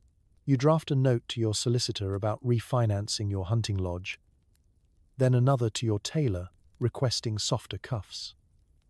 You write them with a fountain pen older than your cousin. By now, you've been at the club for hours and accomplished absolutely nothing. Which is perfect. That's the goal. The club exists to preserve the delicate illusion that you are thinking about doing something important without ever having to prove it. Before you leave, you stop by the bar for one last drink and overhear a member muttering, "Terrible fog coming in," as though this is both news and deeply meaningful. You nod in agreement. It is the club equivalent of a secret handshake. You don't say goodbye when you leave. You simply vanish, like ambition, enthusiasm, or the concept of labor. Now, it's time to retreat from this echo chamber of mahogany and male ego and prepare for the night ahead. Because while the club offers respite, nothing says true luxury like an evening bath drawn by someone else's hands. You rarely see your children, but you know they're being raised by someone with a spine of steel and a heart of mild resentment. She decides who gets pudding and who gets therapy later in life. Welcome to the nursery, the top floor of your mansion and the bottom rung of emotional warmth. Here resides the nanny, a woman forged in soot and bone broth, armed with unmatched discipline and at least one Victorian novel's worth of unprocessed feelings. She is not your employee. She is your institution. The children fear her. The servants respect her. You, the parent, mostly avoid her, partly out of guilt, but mostly because she looks like she could unmake your entire family line with a raised eyebrow. She wakes before dawn and runs a schedule tighter than a naval fleet. Breakfast at 7, lessons at 8, outdoor play at precisely the moment the fog clears. There are no excuses, not for sniffles, not for sprained ankles, not even for existential dread brought on by too much boiled cabbage. You technically could visit the nursery, but why interfere with a perfectly good routine? Instead, you inquire about your children once a week, usually over tea. How are they? You ask vaguely. Still biting each other? The nanny nods. She'll handle it. The nursery itself is a parallel universe. Part schoolroom, part hospital ward, part Dickensian holding cell. Toys are wooden. Education is stern. Laughter is permitted, but only in moderation and preferably indoors. Emotional development is outsourced to the governess, who occasionally reads uplifting literature like The Pilgrim's Progress or How to Behave Like an Obedient Daughter. Meals are plain and punctual. No fancy sauces here, just stewed prunes, boiled potatoes, and the kind of porridge that stares back at you. Table manners are drilled into them from the age of 4. Dropped spoons are considered personal failures. Elbows on the table? A criminal offense. Chewing with one's mouth open? Grounds for early boarding school. And discipline? Oh, it's efficient. Misbehavior is met with stern talks. Time spent in the thinking chair. Or, worse, a disappointed look that seems to shrink a child's soul by 3 sizes. You once witnessed it across the drawing room and felt vaguely compelled to apologize yourself. The nanny is also the gatekeeper of affection. She determines when hugs are permitted, rare, when praise is warranted, rarer, and whether the child deserves to be tucked in with a story or a warning. The bedtime tale is often a fable, with a moral involving obedience, cleanliness, or the quiet virtues of invisibility. Her wardrobe is as structured as her personality. Always in black, starched to an inch of its life, with a watch pinned to her bosom like a weapon of punctuality. Her shoes are made of iron and principle. Her voice is calm, crisp, and laced with authority. When she enters a room, even the wallpaper straightens up. And yet, behind all the starch and steel, there's a strange tenderness. She remembers which child is afraid of thunderstorms. She knows who hates carrots and pretends to be allergic. She fixes skinned knees and broken hearts with the same cool efficiency. She tells the cook when someone's had a rough morning and might need a little extra pudding. She pretends not to notice when someone cries into their embroidery. You once overheard her singing softly to the youngest during a feverish night. She thought no one was listening. You never mentioned it. You're not sure why. So, while you host dinner parties and attend operas, your children are learning discipline, order, and maybe, just maybe, a little resilience. And one day, when they're grown, they'll remember their nanny not with warmth exactly, but with reverence. Because she didn't just raise them, she shaped them. And now, as the nursery settles into silence, it's time for you to descend back into your realm of silk sheets, brandy nightcaps, and the quiet reassurance that someone else has everything under control. Sleep well, the nanny has it handled. Communication is slow, formal, and requires handwriting that would terrify a modern pharmacist. Every letter is a chance to prove you're either very witty or, at the very least, still alive. You write letters the way some people write novels. Slowly, dramatically, and with the firm belief that everyone desperately wants to hear your thoughts on the weather, Cousin Beatrix's rash, and the unfortunate state of society since the invention of margarine. The first step in sending a letter is choosing your stationery. This is not casual paper. This is engraved, monogrammed, imported from somewhere French, and heavier than most small dogs. You wouldn't dare scrawl on anything less than 300 grams per square meter ivory stock with a watermark so intricate it requires its own footnote. Then you select a pen. Not a pen, the pen. A fountain pen passed down through generations, polished daily, refilled with ink darker than your butler's opinions. You write slowly, because mistakes are not an option. There is no backspace. There is only starting over and weeping softly into your sleeve. You begin the letter with a salutation so ornate it eats up the entire first line. My dearest Lady Gertrude of the Windward Tea Society, and that's the short version. Then comes the body. A mixture of pleasantries, coded, barbs, and elaborate excuses for not attending something you had no intention of attending. Need to cancel a dinner invitation. You can't just say no. You must invent an illness, mention a relative in distress, or claim that your doctor has recommended you avoid all exposure to lamp oil for the remainder of the quarter. It's part etiquette, part fiction, all performance. The real joy, though, is in the postscript. This is where the truth sneaks in. P.S. Do tell Lady Collingwood that her new hat is striking. Which, as everyone knows, is code for who let that happen.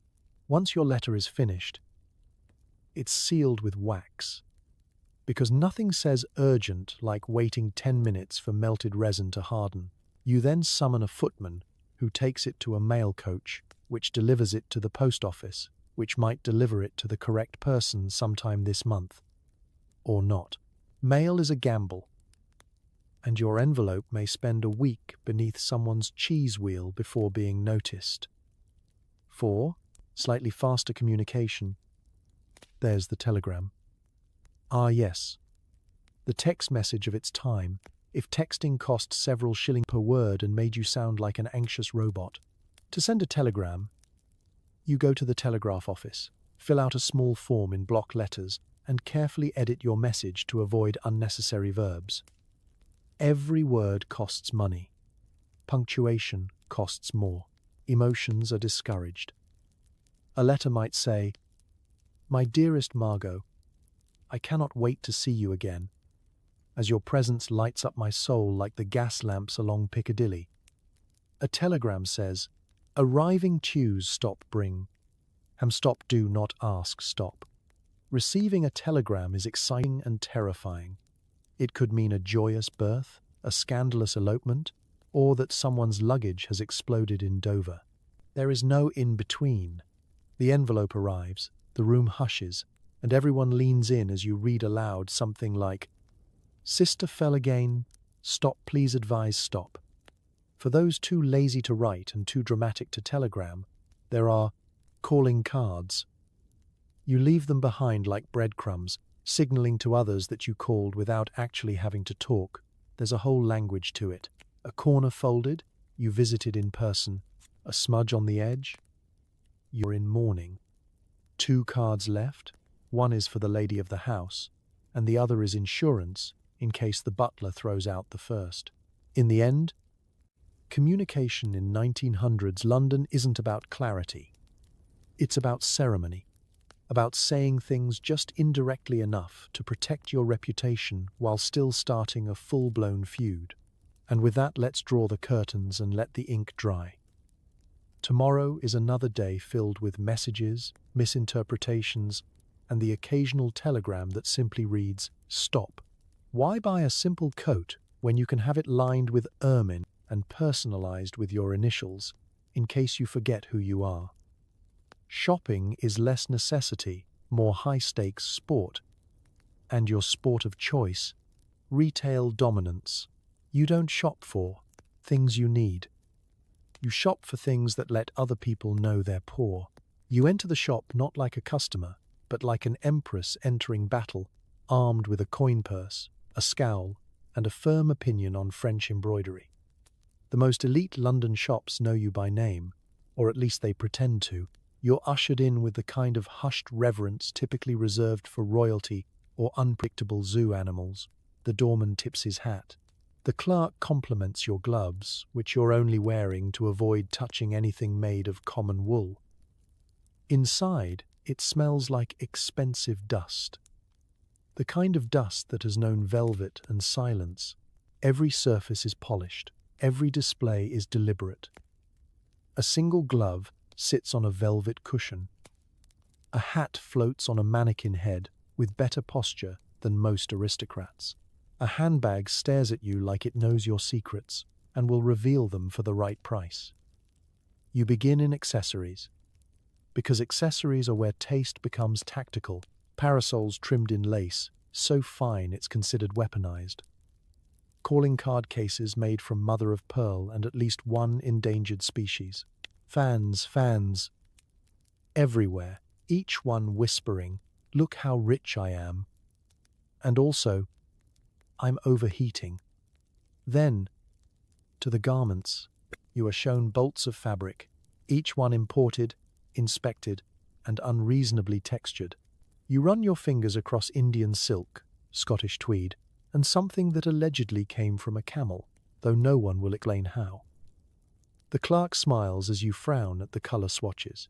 You want something bold, but not too bold, something that says regal confidence without veering into theatre curtain. Everything is custom, of course. Off the rack is for peasants and tourists.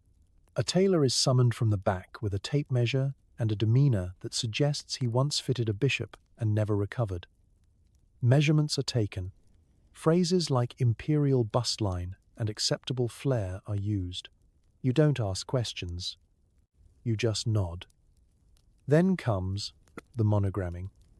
Why stop towels and handkerchiefs when you can brand everything?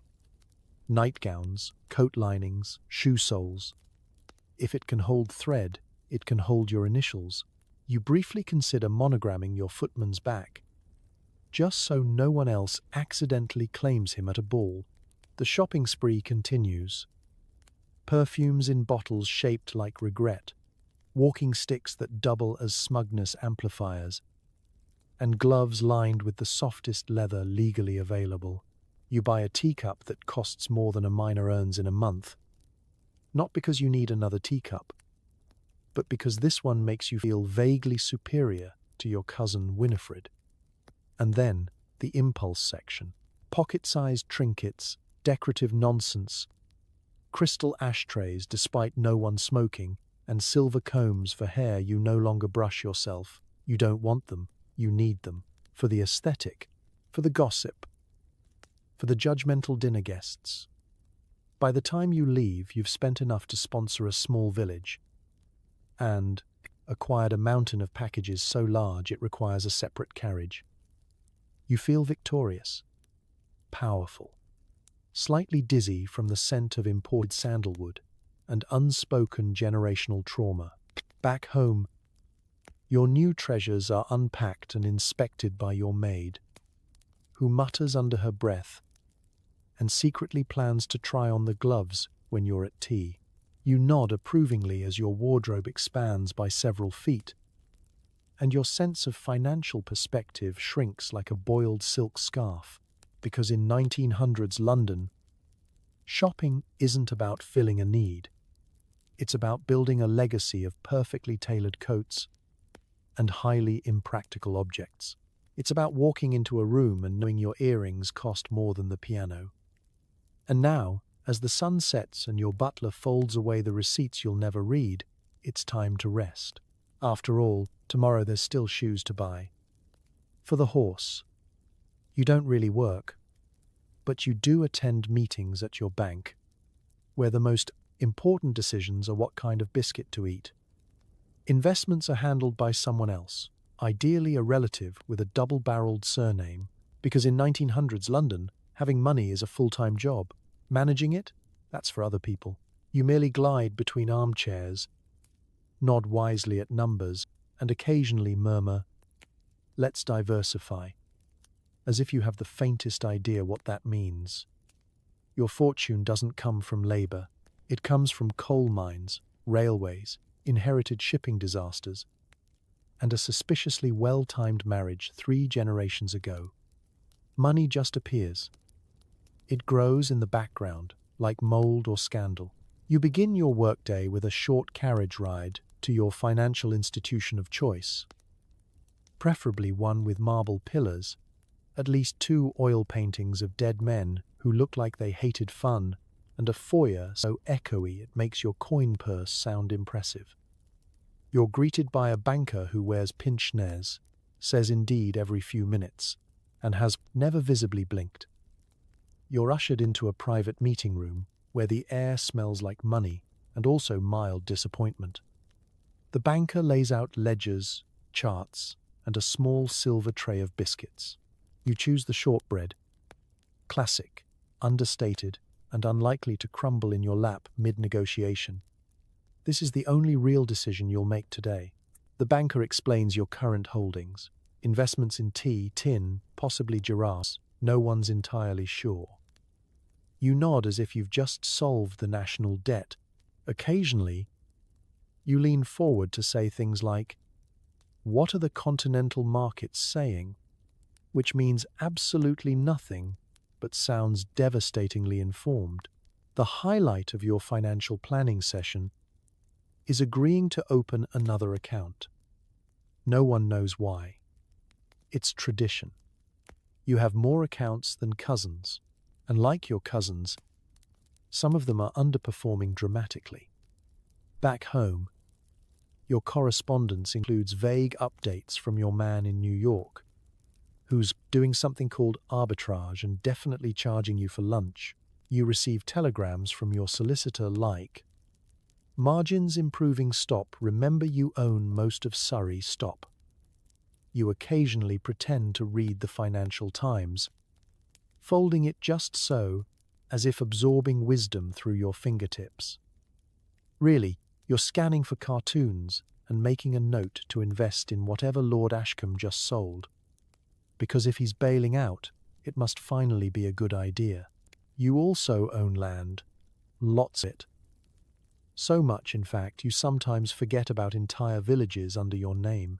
Every few months, someone reminds you that a tenant has died, a roof has collapsed, or a pig has run for local office. You nod, promise to look into it, and move on to more pressing matters, like deciding whether to buy another horse. If ever pressed about your wealth, you say things like, "I manage a portfolio," or "My interests are rather diverse," which could mean anything from stocks and estates to "I own half a patent on a steam-powered lemon peeler." The truth is, your money manages itself, by which we mean it's managed by an overworked accountant named Cyril who drinks his lunch and hopes you never notice the decimal point errors. He sends you quarterly reports. You file them directly into the "I'll definitely read this later" pile, otherwise known as the fire. And yet, despite all this effort to appear busy, you've never broken a sweat over a balance sheet. You have meetings, not work, portfolios, not projects, and when someone asks how the business is going, you simply exhale, look over the rim of your sherry glass, and say, "Challenging, of course, but stable," because that's the art of pretending to work, sounding just exhausted enough to seem important, without ever putting down your biscuit. Now let's close the ledger, snuff the desk lamp, and head upstairs, because nothing says capitalism quite like falling asleep in Egyptian cotton, while someone else figures out how to pay for the roof. Philanthropy is an art form. You attend galas, make heartfelt speeches about uplifting the lower classes, and then return home to complain that the butler's tie is too shiny, because helping the poor is terribly important, so long as it's done tastefully, at arm's length, and ideally while wearing gloves. Your charitable work isn't about solving poverty, it's about feeling morally superior while sipping something French. The day begins with a letter from the Ladies' Benevolent Society inviting you to a charity luncheon in support of orphan chimney sweeps, or maybe it's indigent governesses, or possibly swans. You're not entirely sure. The point is, there's cucumber sandwiches and a chance to be seen caring. You arrive fashionably late in your second-best hat, the one that says, "I believe in justice, but only if it coordinates with my brooch." The room is full of other patrons of compassion, each clutching tiny teacups and expressing deep concern in between, giggles about Lady Ashcroft's third engagement. A guest speaker rises. There's a speech about suffering, maybe some statistics. There's always at least one tragic anecdote involving someone named Little Arthur and a missing boot. The room dabs at its eyes with lace handkerchiefs. You vow to do something. Not now, obviously, but soon, when it's convenient. Donations are collected. You scribble a sum on a pledge card that is just generous enough to earn a mention in the next week's Tatler, but not so high that anyone thinks you're nouveau riche. It's a delicate dance. Benevolence without budgetary discomfort. Sometimes, you even visit the poor, briefly, from a distance. You tour a newly opened orphanage or soup kitchen, escorted by a respectable clergyman and 2 footmen. You ask thoughtful questions like, "How quaint?" and "Where do the poor sleep?" While trying not to make direct eye contact with anything that smells like reality, you hand out a few coins, smile at the Christ and children, deliver a short speech you practiced in the carriage. Then you return to your townhouse and take a long, hot bath to recover from the scent of moral complexity. You also sponsor things: a hospital wing, a library, a public fountain that no one asked for. Your name appears carved into marble somewhere.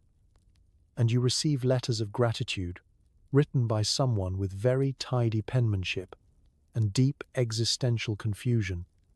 The poor, of course, remain poor, but now they're poor with your name over their schoolhouse, which feels like progress. Your charitable work also includes hosting events. These are the crown jewels of your moral resume: charity balls, gala dinners, fundraising concerts featuring your second cousin on the harp.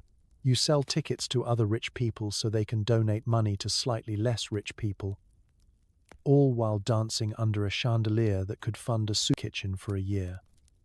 There are rules, naturally. No discussing actual poverty during the event. No bringing your own orphans. And absolutely no serving anything less than 12 canapés per guest. It's still a party, after all. Back home, you record your charitable acts in a small notebook labeled Social Responsibility, which lives on a shelf between cook's mistakes and people who owe me favors. It includes notes like, donated 3 guineas to Widow Relief Fund, wear green velvet next time, and avoid Mrs. Farthing, bores easily, smells like cabbage. Ultimately, your philanthropy isn't about changing the world. It's about maintaining a particular image of grace, generosity, and having just enough empathy to remain socially acceptable. You're not unkind. You're just selectively helpful. And in 1900s London, that's more than enough to be considered a saint. Now, let's return home, light a scented candle made by blind monks, and settle into your hand-embroidered bedspread.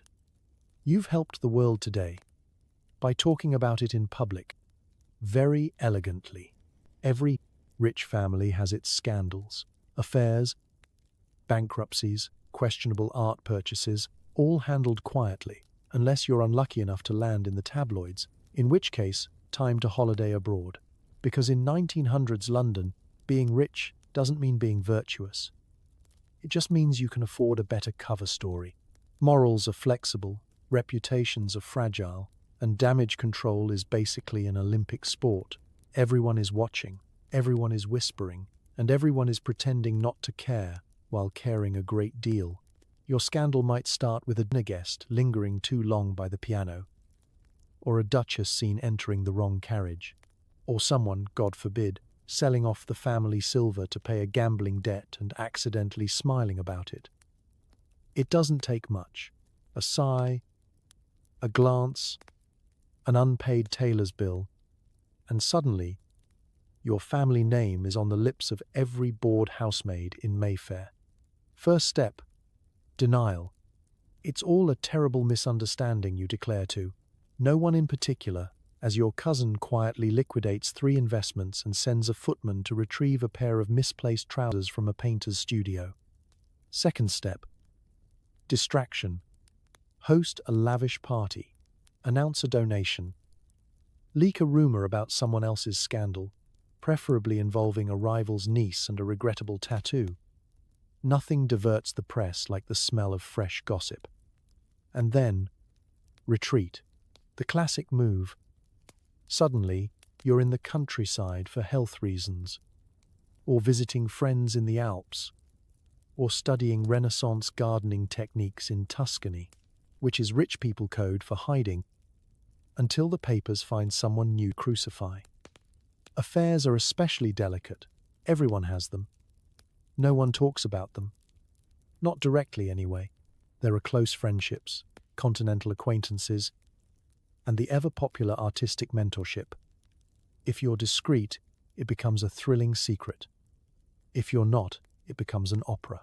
Letters are burned. Servants are bribed. The family lawyer begins twitching. And if things get particularly dire, someone stages a fainting spell or an emotional episode that requires 6 months in a bathhouse near Vienna. Meanwhile, the press, especially the Daily Sketch, lives for scandal. One badly timed photograph, one misquoted statement, and suddenly you're the villain in a serialized morality play. Aristocrats' shame splashed across headlines. It doesn't matter if it's true. Truth is negotiable. Headlines are forever. Occasionally, someone tries to spin the scandal into fame. A memoir, a speaking tour, a dramatic appearance at a gallery opening wearing too much velvet and not enough apology. Sometimes it works. Sometimes they end up exiled Cornwall, writing poetry about betrayal and gout. Your staff, of course, knows everything. The butler knows who visited after hours. The maid knows which earrings went missing and why. The cook knows who hasn't been eating and who's been eating too much. But they also know the rules. Discretion is rewarded. Loose lips lose references. And then there's family damage control. Aunts swoop in like hawks. Uncles suggest strategic marriages. Someone always knows a viscount in need of a dowry or a daughter with low expectations and high cheekbones. Scandal isn't ended. It's absorbed, redirected, and, if necessary, buried under 10 generations of money and denial. Of course, the public loves a scandal. They adore it. It makes the rich seem human, flawed, reachable, which is precisely why you must remind them that you are not. You are above reproach, beyond scandal, and, if all else fails, temporarily unavailable. In time, the whispers fade, the papers move on, the parties resume, and you, scandal survived, return to society with a fresh wardrobe, a slightly different hair color, and a new appreciation for silence. Because in the end, wealth may shield you from many things, hunger, discomfort, beige upholstery, but it cannot protect you from the one eternal truth of high society. Everyone talks, and no one forgets. Now rest your head, close the curtains, and sleep easy, for tomorrow brings fresh gossip, new rumors, and the eternal, exhausting dance of reputation management. Laundry disappears into the basement, never to be seen again. Clean clothes reappear as if by magic, and you live in blissful ignorance of the existence of starch, soap, or human suffering. Because in 1900s London, cleanliness might be next to godliness, but only if someone else is doing the scrubbing. You've never washed a sock. You've never boiled a shirt. You have never once shouted at a wash tub in defeat. And that is precisely how it should be. Laundry is a subterranean affair, both literally and socially. It happens below stairs, in tiled rooms filled with steam, thumping sounds, and the persistent smell of damp linen and other people's desperation. You've heard tales of these rooms. Some say they're hotter than the Sunday, others say the floors are perpetually wet, like a public bathhouse staffed entirely by ghosts who once forgot to pre-soak. The laundress, your laundress, is a mythic creature. She has her own corner of the house, her own schedule, and possibly her own minor vendetta against any garment that's more than 3 layers deep. You don't know her name.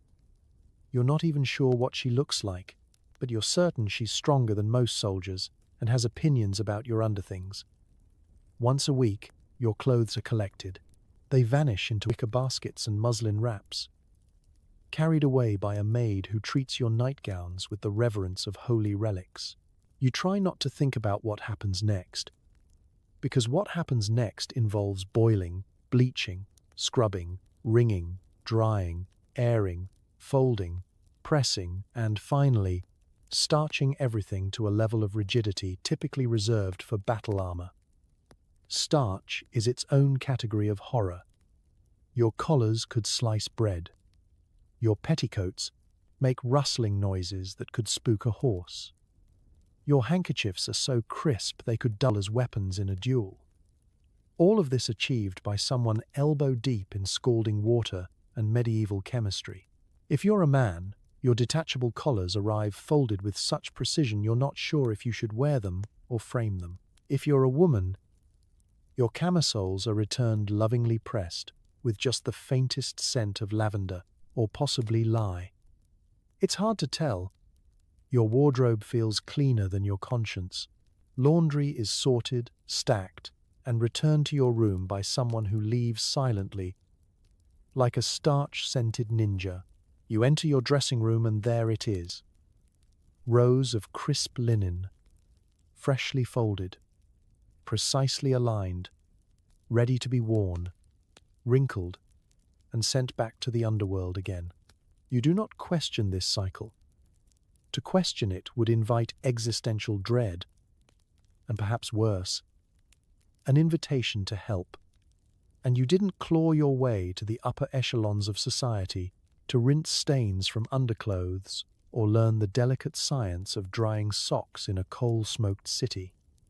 Occasionally, a garment goes missing. It is never discussed. A sock disappears, the universe absorbs it. A waistcoat returns slightly pink, you declare it fashionable. A silk chemise arrives with a tear, you say it must have snagged on your sharp wit and move on. But sometimes, late at night, you wonder about her. The laundress. The woman with 4 arms of steel and a 1,000-yard stare. Does she ever curse your lace? Does she dream of a world without frills? Has she memorized every monogram in your possession and judged them accordingly? You will never know. And that is precisely how the system works. She stays below. You stay above. The laundry rotates through space and time like clockwork powered by elbow grease and silence. So now, as you slip between impossibly clean sheets, stiffer than your father's politics and smoother than your butler's apologies, say a quiet thank you to the unseen hands that made your pillowcase feel like a cloud, and your dressing gown less like a rag and more like a royal decree. Sleep well, and may your dreams be freshly laundered. Finally, it's bedtime. You're tucked in by someone else, surrounded by velvet curtains, and serenaded to sleep by the distant sound of your assets accruing interest.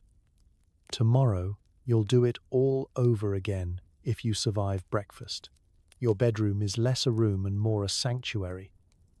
It's so large it echoes, even with the heavy rugs and enough curtains to clothe a minor army.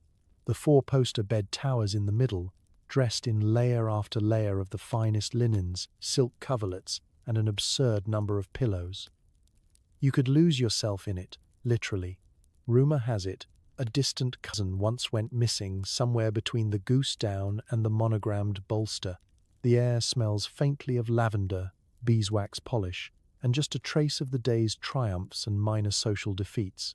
The fire crackles in the grate, never too hot, never too cold, and always maintained by a housemaid who times her visits so precisely you begin to suspect she's part cat. There is a gentle knocking at the door. Your valet, or maid, appears, carrying a warming pan, a final glass of something restorative, and perhaps a small, non-judgmental look at the state of your slippers. They adjust the curtains just so. They plump the pillows just so. The ritual is so practiced, so expertly executed, that you are almost convinced you deserve this much attention. You slip into your nightclothes, which naturally have been aired by the fire, stitched by hand, and boast a monogram just in case you forget your own name in the middle of the night. There are slippers for getting into bed and different slippers for getting out. Someone brings you a hot water bottle. Another someone brings you a book, open to the right page, though you never actually read it because the letters blur pleasantly as your eyelids droop. Some nights you request a story, not for the plot, heaven forbid you become emotionally engaged at this hour, but for the soothing rhythm of another person's voice, a recounting of the day's weather, perhaps, or a brief summary of the latest scandal, delivered in a whisper so the curtains don't take offense. Your mind drifts, carried away on a cloud of luxury and half-remembered conversation. What did Lady Ashcroft mean about the soup? Did you ever reply to that letter from your solicitor? Did you choose the right hat for the carriage ride, or have you doomed yourself to be out of fashion until the autumn? Outside, London is quiet, at least in this corner of the city. Occasionally, the distant clip-clop of a carriage, the hush of a breeze through the park, or the soft hoot of an insomniac owl.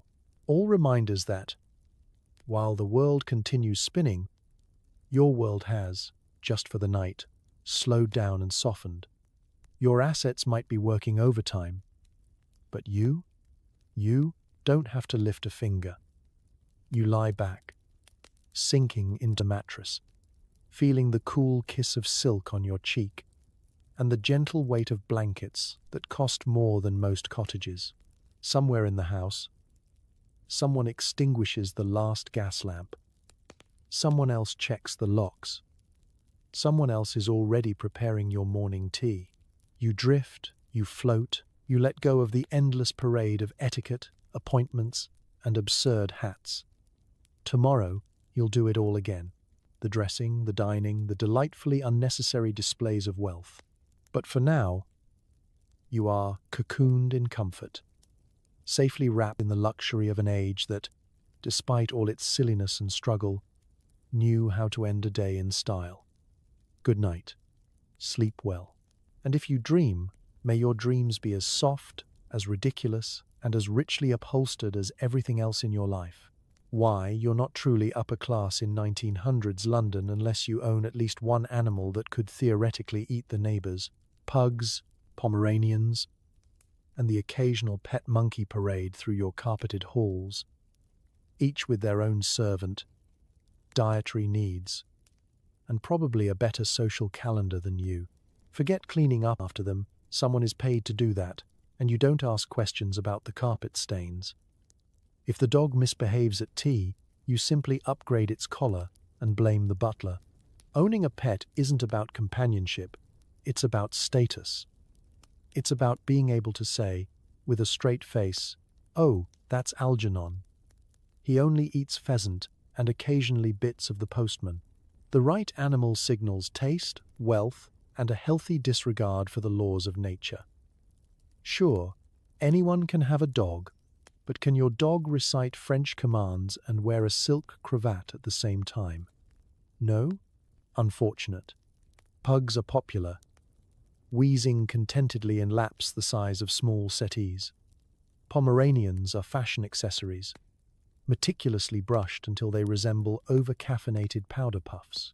If you're truly avant-garde, perhaps you keep a monkey, because nothing says, "I have too much time and disposable income," like primate-related property damage. Parrots are prized for their mimicry, but also for their propensity to squawk at the precise moment someone mentions an unflattering family secret. One aunt keeps a tortoise, allegedly for its wisdom, but mostly because it's harder to misplace during a party. Exotic birds fly through conservatories. Cats nap on priceless tapestries. Ferrets, for reasons lost to history, are considered amusing, so long as they don't escape during supper. Of course, each creature must have its own dedicated servant. The dog has a valet, responsible for bathing, brushing, and making sure it doesn't eat the family silver again. The cat has a maid who lives in a state of mild terror, tasked with ensuring the pillows are always just the right amount of fluffed. The monkey has its own wardrobe, mostly consisting of tiny hats, and a handler whose job description is simply good luck. Feeding time is an operation. The pug eats boiled chicken, never beef. The parrot receives slices of fruit cut to exacting dimensions. The monkey enjoys a breakfast of eggs, toast, and, once, an entire tin of caviar, followed by a lecture about manners. Your pets dine better than most of the lower classes and have stronger opinions on table settings. Exercise is essential. You don't walk your dog, you parade it, ideally in Hyde Park, accompanied by a footman in matching livery. A peacock struts the garden, terrifying lesser pets and sometimes guests. You once tried to leash the tortoise, but he staged an escape so slow and deliberate, you're still not sure he's finished. Pet misbehavior is never the animal's fault. If the parrot swears at the vicar, you blame the gardener. If the dog chews on a priceless slipper, the butler should have foreseen it. If the monkey runs off with the dessert forks, it's clearly a sign that dinner was too long. pet funerals are lavish affairs, often with more attendees than your last birthday party. Tiny caskets, wreaths of violets, a poem read by the housekeeper, who never liked the creature anyway. Grief is performative, but real, especially if the next fashionable pet trend is out of stock until Michaelmas. Ultimately, the menagerie is a reflection of your household, chaotic, curated, and a bit too eccentric for comfort. You love your animals in your way, or at least you love the idea of being someone who can afford to love animals extravagantly. As you drift to sleep, lulled by the faint howling of your pug and the distant shriek of a monkey who's found the brandy cabinet, you marvel at your own peculiar legacy. After all, history may judge you by your wealth, your titles, and your scandalous parties, but your pets, they'll remember you for the snacks. Now, curl up beneath your silken sheets, secure in the knowledge that somewhere in your house, at least one animal is plotting mild chaos. And that, truly, is the mark of aristocracy. School isn't somewhere you go, it's something that's brought to you, preferably by a chain-smoking French governess with a stare that can curdle milk. The children spend their days learning ancient Greek, the correct way to curtsy, and why it's impolite to acknowledge the existence of Liverpool. Actual literacy is optional as long as you can recite Byron and correctly fold a dinner napkin into a swan. Education for the upper crust is less about useful knowledge and more about cultivating the kind of well-bred confusion that guarantees job security for future butlers. Lessons begin before breakfast, not with multiplication tables or spelling drills, but with elocution exercises and something called moral rectitude, which mostly involves looking disapprovingly at the wallpaper and memorizing the family motto. The governess arrives punctually, armed with an umbrella, a stack of musty textbooks, and a cloud of perfume so strong it could be weaponized. Her voice is crisp. Her discipline is legendary. She has, on more than one occasion, tamed a baronet with nothing but a raised eyebrow and the threat of extra Latin homework. The day's curriculum is a dizzying mixture of ancient languages, European history, etiquette, and that most vital of upper-class survival skills: how to maintain small talk while eating asparagus. You're quizzed on the capitals of Europe, forced to translate Ovid before the first cup of tea, and occasionally tested on your ability to bow or curtsy without falling over. Failure is not an option. It's an invitation to more practice. Art and music lessons are considered refinement.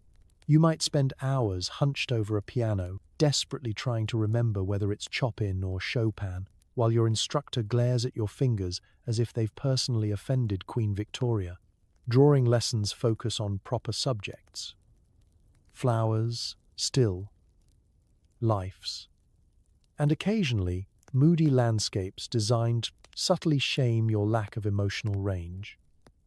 Physical education exists, but only in the sense that you're required to walk in the garden without tripping over your own shoes. Cricket is tolerated, archery admired, and anything involving sweat is gently redirected toward the servant class. There are tutors, of course. For mathematics, there's a man with wild hair who smells like ink and disappointment. For fencing, a retired colonel with a limp and opinions about Frenchmen. For modern languages, a Swiss lady who despairs of your accent and tells your mother about it over sherry. And then there's the infamous seasoning for girls, the endless parade of dance lessons, voice modulation, and strategic sighing. Young ladies are expected to waltz, paint watercolors, and speak 3 languages, at least one of which should be suitable for making veiled threats at a garden party. Young men, meanwhile, learn the art of the handshake, how to wear a monocle without blinking, and how to lose graciously at cards. Every hour is scheduled. Free time is suspicious. If you finish early, you're given extra handwriting practice, or sent to copy moral fables by candlelight. There is always a governess, a tutor, or a lurking parent nearby, ready to pounce on any hint of idleness with an urgent suggestion to recite a poem about the glories of the British Empire. Yet, despite the strict routine, you emerge, eventually, into society equipped with the kind of confidence that can only come from never having been truly challenged. You can quote Virgil, discuss the Crimean War, and set a formal table blindfolded. You may not know how to add fractions, but you can certainly toast the king in perfect French.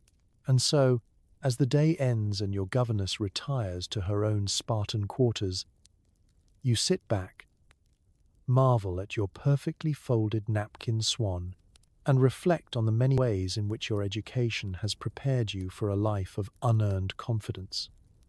Tomorrow, there will be more lessons, more Greek, more embroidery, more learning to act like you've always known the answer, even when you haven't a clue.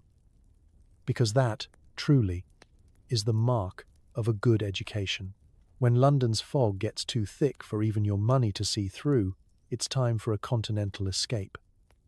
France, Italy, Egypt, just pick a spot where everyone else with a trust fund is already lounging. You bring 12 trunks, a personal chef, and the vague hope that you'll return tan enough for people to notice. But not so tan they think you've actually interacted with sunlight, because, for the Edwardian elite, holidaying abroad isn't about adventure, it's about routine, performed in a new climate, under slightly different chandeliers. You don't travel to explore the world. You travel to recreate your London drawing room somewhere with a slightly better view and, hopefully, less mildew. Preparation for your escape is a saga unto itself. Luggage is measured in cubic yards, not pieces. You pack everything. 3 evening gowns per dinner, 2 hats per outing, and enough silver hairbrushes to open a boutique on the Riviera. Your chef insists on bringing his own knives.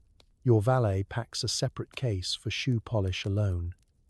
The children bring their governess, their nurse, and at least 2 trunks of educational materials that will never be opened. The journey begins in grand style, of course. If you're headed to the continent, you sail on a steamship, waving at the less fortunate from your first-class cabin and occasionally complaining that the sea air isn't as bracing as advertised. If you're truly exotic, you might take the train all the way to Venice, where the canals are picturesque, the palazzi magnificent, and the local gondoliers fully prepared to overcharge you. On arrival, your hotel suite is ready. It has English newspapers, imported tea, and a staff who've learned to answer to your name in 3 languages. You marvel at the local architecture, which looks exactly like the sketches in your father's library.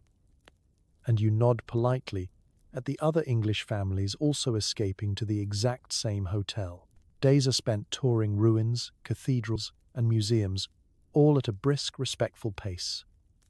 You don't want to sweat. You pose for a few sketches, offer faint praise to the local art, and always remember to compare everything unfavorably to England. Yes, it's lovely, but of course, our roses are better. Meals are an adventure in adaptation. Your chef attempts to source English mustard in Cairo. The children refuse to eat anything that isn't boiled within an inch of its life. The adults sample a suspiciously runny cheese, declare it interesting, and discreetly order roast beef from the hotel menu. You attend parties with other travelers, dancing under palm trees or Roman frescoes, all while discussing the peculiarities of foreigners in whispers just loud enough to be overheard. You collect souvenirs you'll never display and perfect the art of feigning interest in local customs. There's always a minor crisis, a lost trunk, a sunburn, a poorly translated menu item that turns out to be calf's brains. But these are accepted as the price of culture. You write home on heavy stationery about the extraordinary climate making sure to mention you saw a real pyramid or a painting by someone you think might be famous.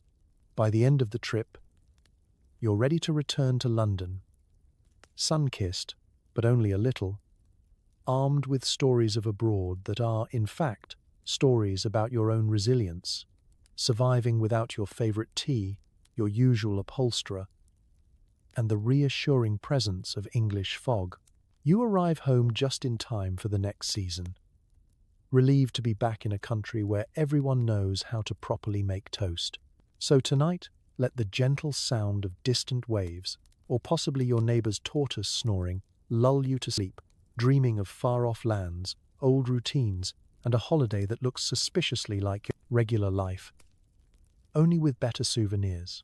So tonight, as you drift beneath your very own pile of blankets, hopefully free of bedbugs, judgmental butlers, and the threat of being upstaged by a relative's hat, take a moment to appreciate the peculiar privilege of modern comfort, because for all their silks, jewels, and diamond-encrusted chamber pots, the filthy rich of 1900s London lived lives that were equal parts glamorous and exhausting. Beneath the gilded ceilings and endless tea trays, every day was a high-stakes dance of etiquette, excess, and mild existential dread. You survived a day being pampered, powdered, and politely stared at by a battalion of servants.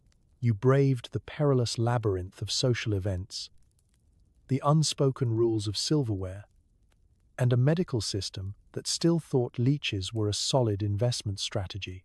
You were seen in all the right places, wore shoes you couldn't walk in, and managed to avoid scandal, barely. And after all that, you still needed someone to tuck you into bed and wind the clocks. But beneath all the pomp and pageantry, there's a lesson as soft as goose down and as sharp as a starched collar. No amount of wealth could truly shield anyone from the chaos, the expectations, or the embarrassing family portraits. Life in 1900s London was spectacular, absurd, and, if you were lucky, only mildly hazardous to your health.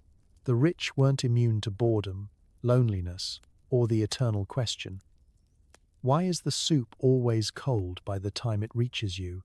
So, as you tuck yourself in tonight, maybe whisper a quiet thank you for central heating, dental hygiene, and the miracle of being able to reheat leftovers in a microwave, not a copper pot. Remember that you don't need a drawing room, a pet monkey, or a valet to be living in luxury. Sometimes it's just about a clean bed, peace, and the gentle whir of a fan in the dark. Because history, for all its glitter, is mostly proof that people are resilient, a little ridiculous, and always searching for comfort in a complicated world. Sleep well, rest easy, and if you dream of